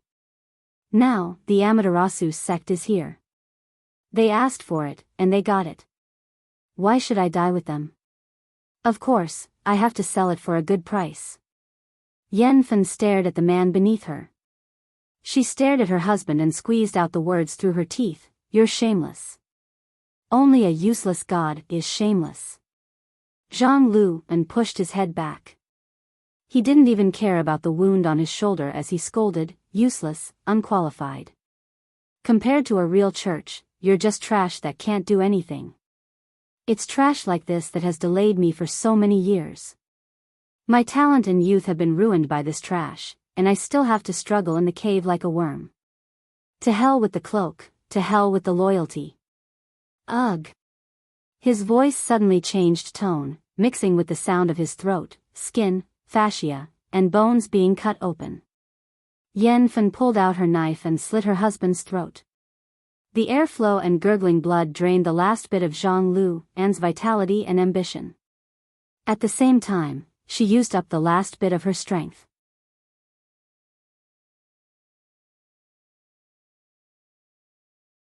Chapter 721. From 6 to 7 o'clock a.m., the simulated sky lighting was adjusted to its brightness. With the support of electricity, the ventilation system sent a cool breeze that brushed against the child's face. The slight light and touch triggered Polio's biological clock. He blinked and woke up from his sleep. His face was wrinkled. The warm and hard metal arm had left a few marks on his face, and it was bumpy to the touch. His neck wasn't comfortable either. Aya, how did I sleep last night? The grogginess from waking up couldn't subside. Polio felt that his head was swaying left and right, and he was going to fall down at any moment. Should I sleep for a while? Oh, it's better not to. I seem to have forgotten something, and it's a terrible memory. He rubbed his eyes with his left hand and rummaged through his blurry memory. The room door knocked twice before it was pushed open. Polio, today's breakfast is egg porridge. Wash up quickly before it gets cold. Oh, I understand, Aunt Fun. Polio shook his head and propped himself up from the floor. His memory surfaced. His mother was away, and Aunt Fun delivered breakfast every morning. It was mealtime, and then, Aunt Fun. Polio jumped up and chased after her. Yen-Fen turned around and caught Polio, who was like a cannonball. After physical contact, the ridiculous distance between the dream and reality was bridged. Polio's heart was pounding, and he lifted his head nervously to size up Fun. In his eyes, Aunt Fun's face was still fine, but there was an obvious strangulation mark on her neck, and her complexion was also very pale. These details shattered the illusion of a peaceful daily life, and made everything in the surroundings quickly become real. Polio remembered the previous night, the submarine escape, the accident, and Mr. Furnace. He wept beside Furnace, the magical charging, and his confession.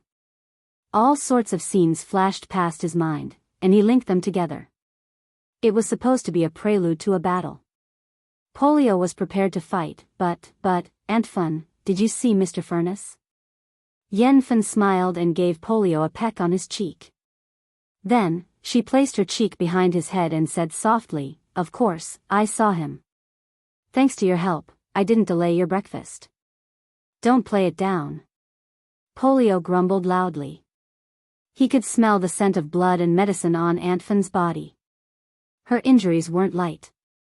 Yen-Fen smiled and looked at Polio as she said, I'm sorry, but that's the truth." Polio looked down on the behavior of treating him like a child, but he couldn't do anything to Aunt Fun. He could only compromise and ask, "Where's Mr. Furnace?" Mr. Smelter had something to do and left first. He also drove the off-road vehicle in the exhibition hall. Sheng Hui, 28 points. Polio remembered that the off-road vehicle was a souvenir assembled by his mother. Though it was priced, it wasn't for export. Oh, Mr. Furnace mentioned it last night. But what does 28 points mean? I might as well just drive away. Polio felt that the logic of an adult was ridiculous. It diluted his focus on the series of unknown events last night. Yen-Fen used other factors to distract him. Before leaving, Mr. Furnace gave you a gift and asked me to pass it to you. It's a pity that it's too big, so I can't carry it up. You'll have to go down and take a look. Polio went downstairs in a daze and arrived at the exhibition hall. The powerful and domineering hand-assembled off-road vehicles were no longer there, but the shop didn't feel empty because there was a large number of hand-assembled off-road vehicles. Another gigantic fellow occupied the original spot. It was a thick reptile with 4 limbs and a long tail. Its head and neck were one and the same. Its grayish-black skin looked smooth and seemed to be wrapped in a layer of water film. There were yellowish-green round spots and protrusions on its skin. The color contrast was very strong. Is this a salamander? It's so big. Polio recognized the commonly seen amphibian in the karst cave. Its body was too big. Its head and body were about 2 meters long, and its flat tail was about the same length as the rest of its body. It was a huge creature that was about 4 meters long. With Polio's small body, he wouldn't be visible even if he was swallowed. Yen Fen confirmed, it's a giant salamander. It's a mutant that lives in the karst cave waterway. Is this the gift?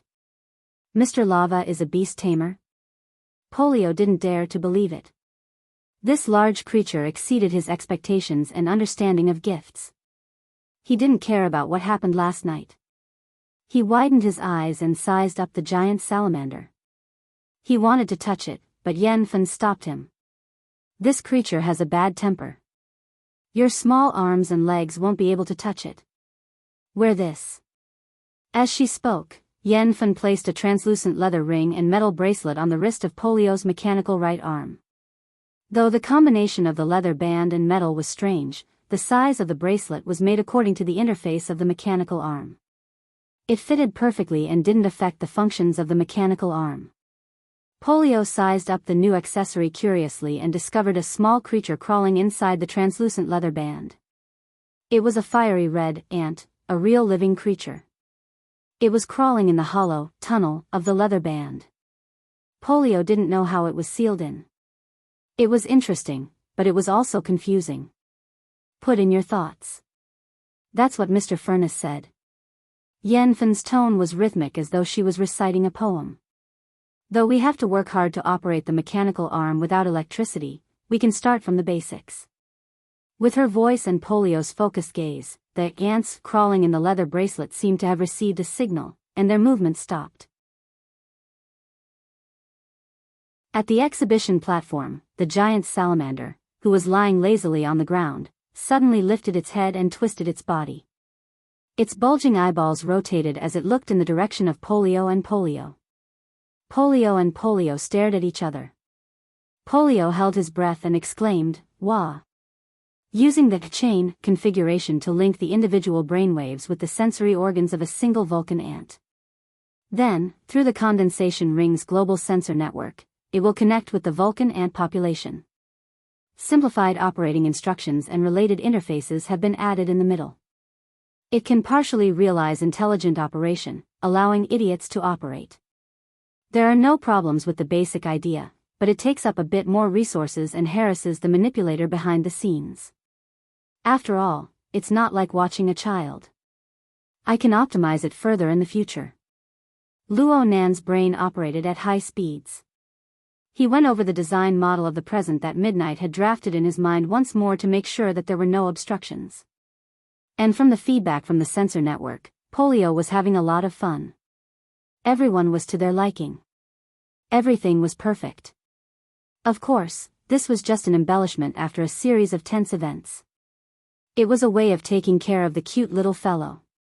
What Luo Nan truly needed to pay attention to was the entire plot thread he discovered last night. The Order of Justice and the Eye of Secret Contract were listed as one of the 3 great secret orders of the Amaterasu Order. Why would they be interested in the so-called holy relic of the Pheasant Order, something that even their own believers looked down upon? If this piece of information were to be sold, it would be enough for the various intelligence teams to give out month-end incentives. But what Luo Nan paid the most attention to in this entire thread was: Luo Nan, are you seriously listening to Teacher Li's words? Huh? Luo Nan shuddered. Only now did he come back to his senses. He noticed the people around him and the place they were in. Mrs. Luo Shuqing's gaze was stern. Her expression was furious as she sat on the sofa in the advisor's office. 2 meters away was the master of this office, Acumen College's dedicated advisor for the 10th grade, Mr. Li Mingda. Luo Nan himself stood across from the coffee table with the identity of a student who had committed a crime, receiving an education. However, his mind had been wandering outside the heavens just now. Old Immortal Mingda's words didn't even enter his ears. They were blocked out cleanly. It's fine. It's fine. A young man's mind is quick-witted. His imagination is rich. A moment of distraction is nothing. And I understand student Luo Nan's personality. I'm worried that he's overthinking things. Li Mingde gently twirled the grizzled beard beneath his chin. This retro style suited his appearance quite well. It really did give him the air of a sage. If the cold sweat on his forehead was a bit less, then it would be even more perfect. Luo Shuqing bowed once more to express her apology. Teacher Li, Luo Nan has really caused you trouble during this time. Li Mingde chuckled. He was just about to continue the previous topic when Luo Nan's gaze shot over. The back of his neck turned slightly cold and he shook his head vigorously on the spot. No, no, no. This child, Luo Nan, is publicly acknowledged by our Academic Affairs Division. He's smart and precocious. He's quite different from ordinary children. This is a factor of his personality and IQ. It has nothing to do with how he conducts himself. You see, he doesn't have many friends in his age group. But he has a lot in common with his upperclassmen and the elites outside the school. Hee, that scoundrel Xie Junping has given him quite a few rotten ideas. Hu Huaying comes over every day to clean up his mess. The second generation of the construction society gnashes their teeth in anger at the mention of him. The Mystic Arts Research Society is directly surrounded by him. He brings bodyguards to the school and he openly flirts with society girls. All of you parents really don't know. Hiss. Li Mingde's hand exerted strength and broke 2 strands of his beard. His lower jaw and heart twitched twice, but in the end, he maintained the demeanor of a teacher. Mrs. Luo, we can't use ordinary eyes to look at special talents. Student Luo Nan has participated in many activities in this school year. He has also obtained outstanding results. Actually, this is something that the school and us teachers are happy to see. Luo Shuqing revealed a courteous and dignified smile to conceal her awkward and complex emotions. Perhaps Li Mingde saw through it, or perhaps he was completely indifferent. He just continued to speak according to the established plan, but in today's era of authority, one accepts the convenience of intelligence and also bears the restrictions of intelligence. In this way, some rules that are very suitable for ordinary people are used to treat geniuses. That's right, it's a student with extraordinary talent like Luo Nan. These rules often appear rigid and unreasonable. The school also hopes to find a plan that satisfies both sides. Student Luo Nan's special talent will be preserved to the greatest degree while finding a suitable and compliant space for him. Therefore, we discussed for a bit. Perhaps Mrs. Luo, as his guardian, can be flexible and jump out of the boundaries of linear thinking. Luo Shuqing took a deep breath. What do you mean? You're tuning into the Romantic Tales YouTube channel. Don't forget to subscribe and join us on this journey to catch the most captivating stories.